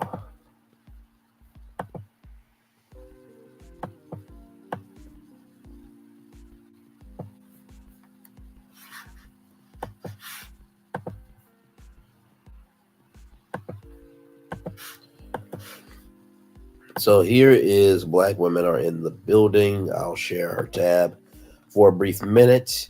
So she's at 135 subscribers. We're gonna try to get her to 1,000 so she can be monetized there. And you see here, she got some views here. 32 views, 36 views, 317 views. So she's definitely throwing down. And like I said, like, don't despise your small beginnings, because guess what?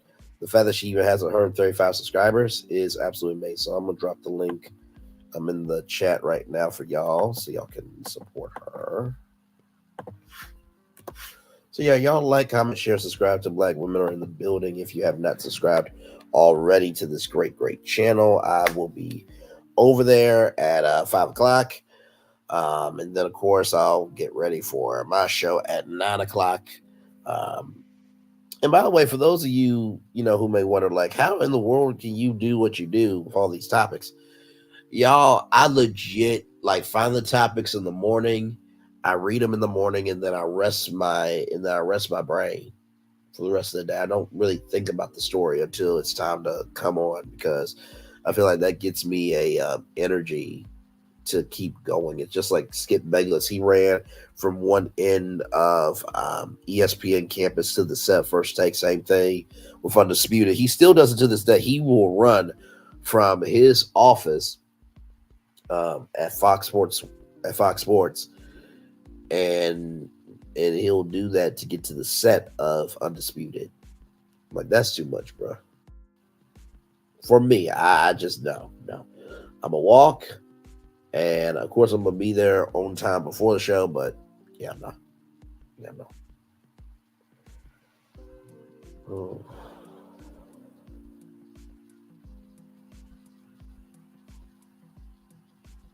My Lord.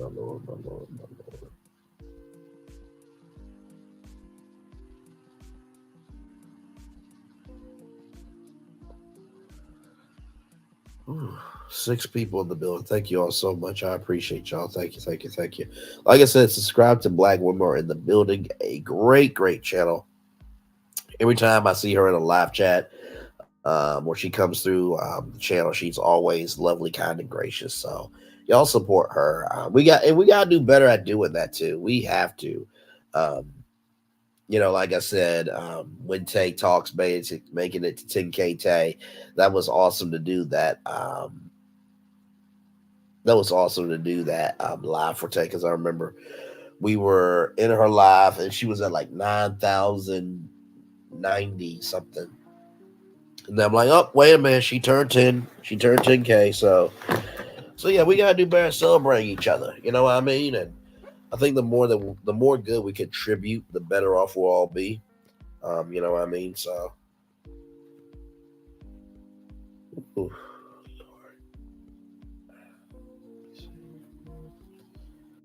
Let me see what y'all are saying.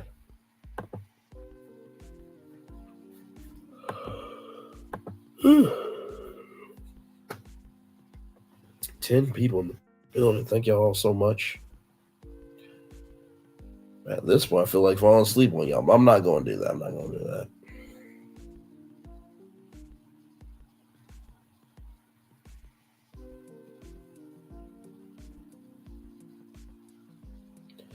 But yeah, your man is tired though. 11 people. Thank you all so much. I appreciate y'all. Like, comment, share, and subscribe. Yes, indeed. 12 people now.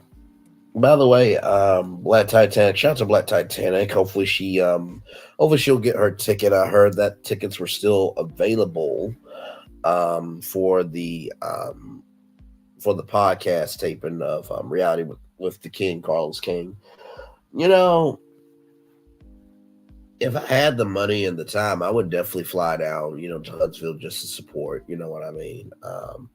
That's the thing too. It's like, it's weird with YouTube, especially. Like, y'all probably heard this before about parasocial relationships, but it's really weird when you are a YouTuber with a fan base. Like, I can't imagine like Queen Sheba, how she's known to all of us, but how she's known to other people in her life. That can be a tricky dynamic, especially when you become like 1 million, subscribers. of 100,000 subscribers, even 10,000. You know, I mean, you do have a little bit of prestige on you, but oh my Lord, it gets overwhelming and tiring sometimes. You know, so.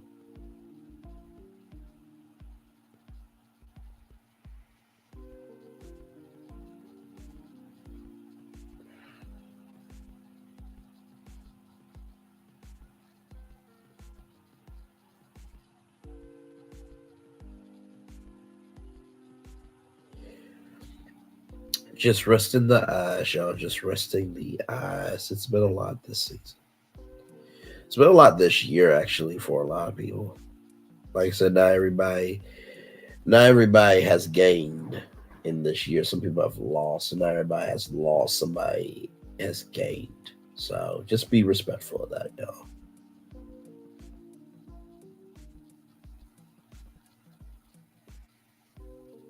Huh.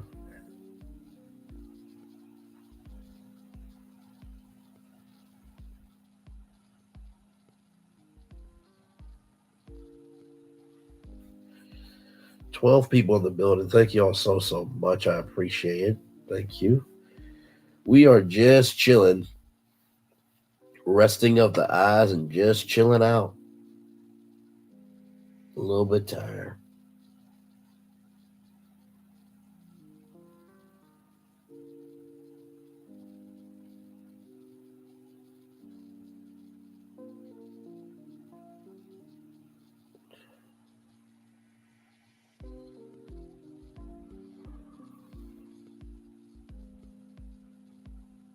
Oh, Lord.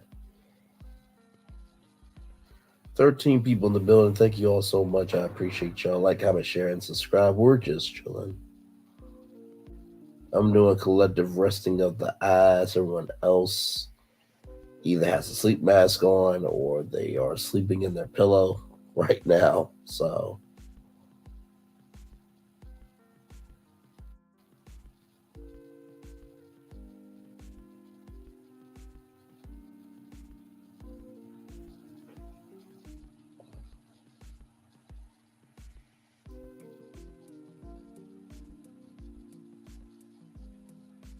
oh man.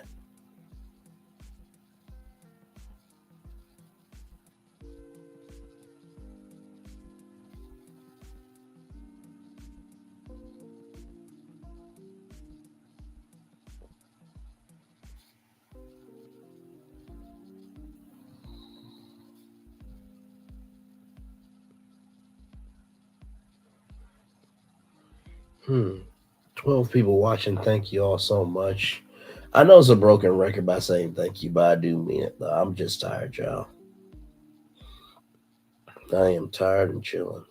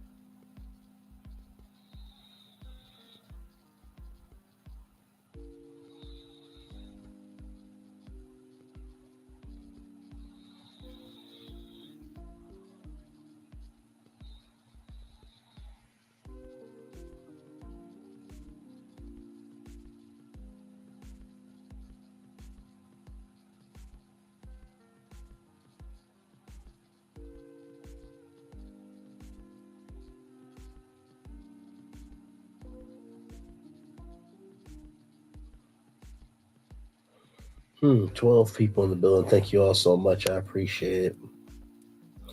We are just resting the eyes over here, minding our own business and chilling.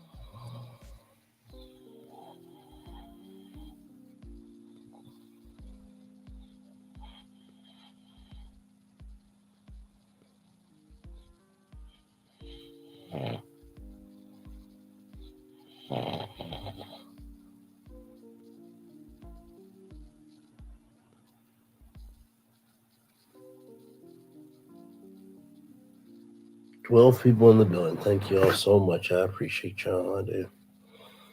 Mm.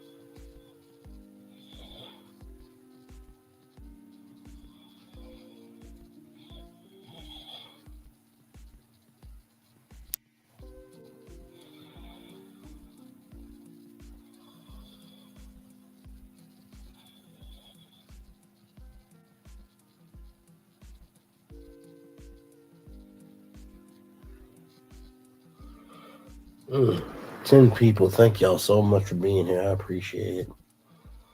Man.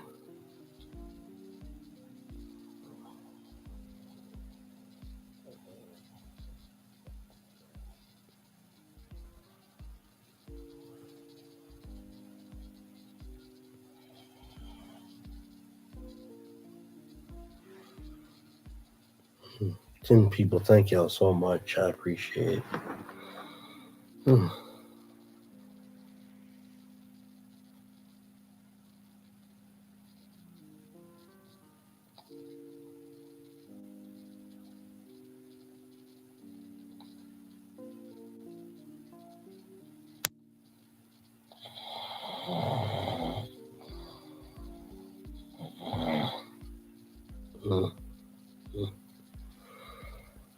9 people here. All right, y'all. I think we chill. Y'all heard me kind of doze off a little bit. That should let y'all know how real I take it. When I say I'm tired, I am tired. But we're gonna do the daily motivator for you guys, and then we will head on out.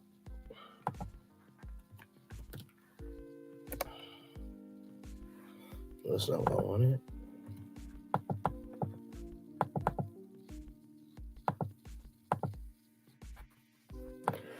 All right, it's time for the daily motivator for Saturday, December 30th, 2023.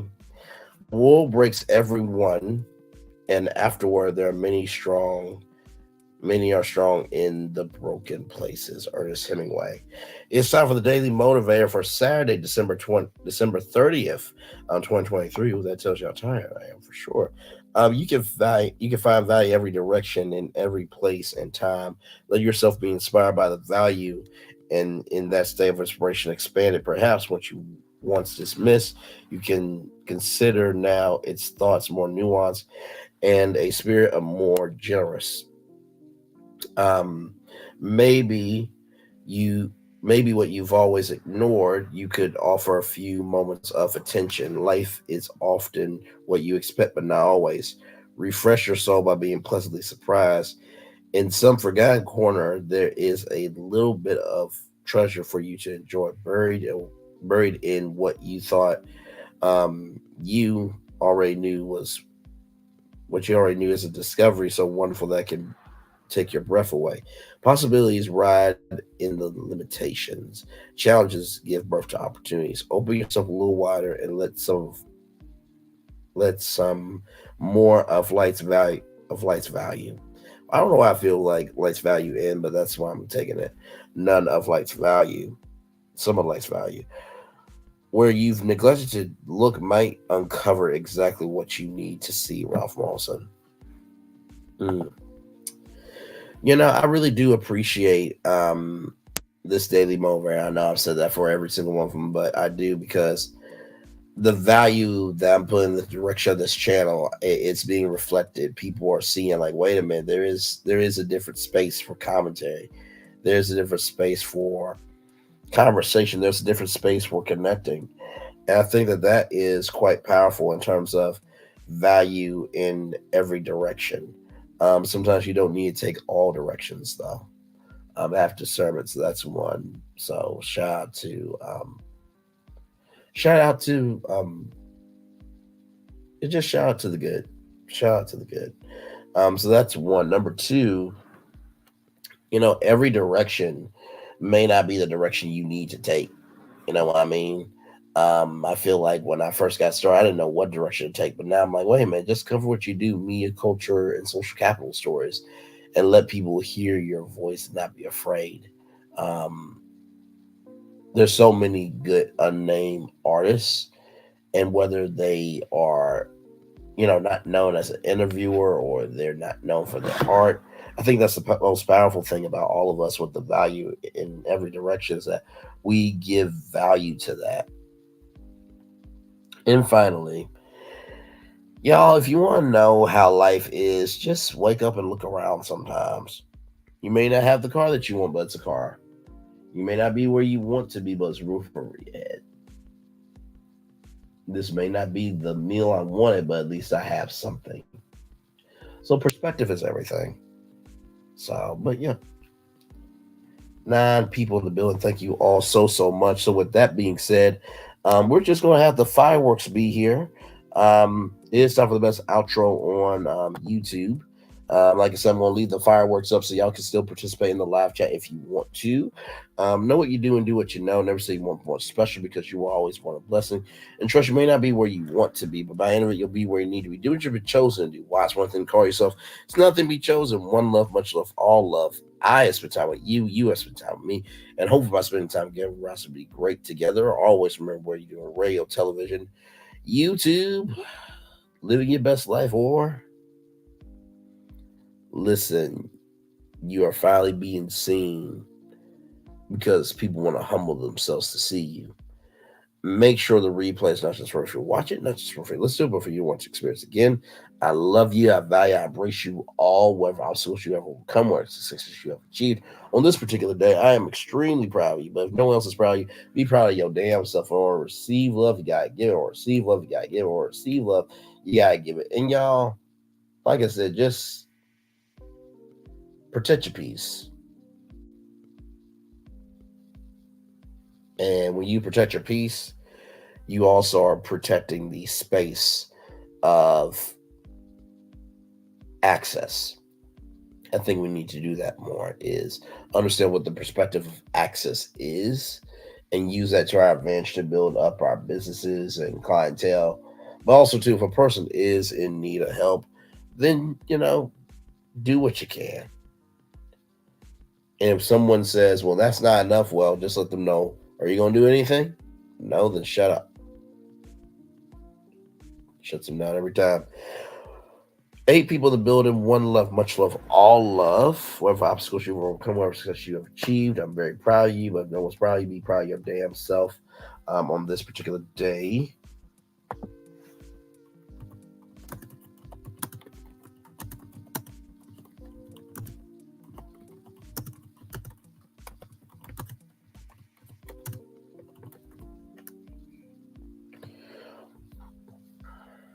All right, y'all.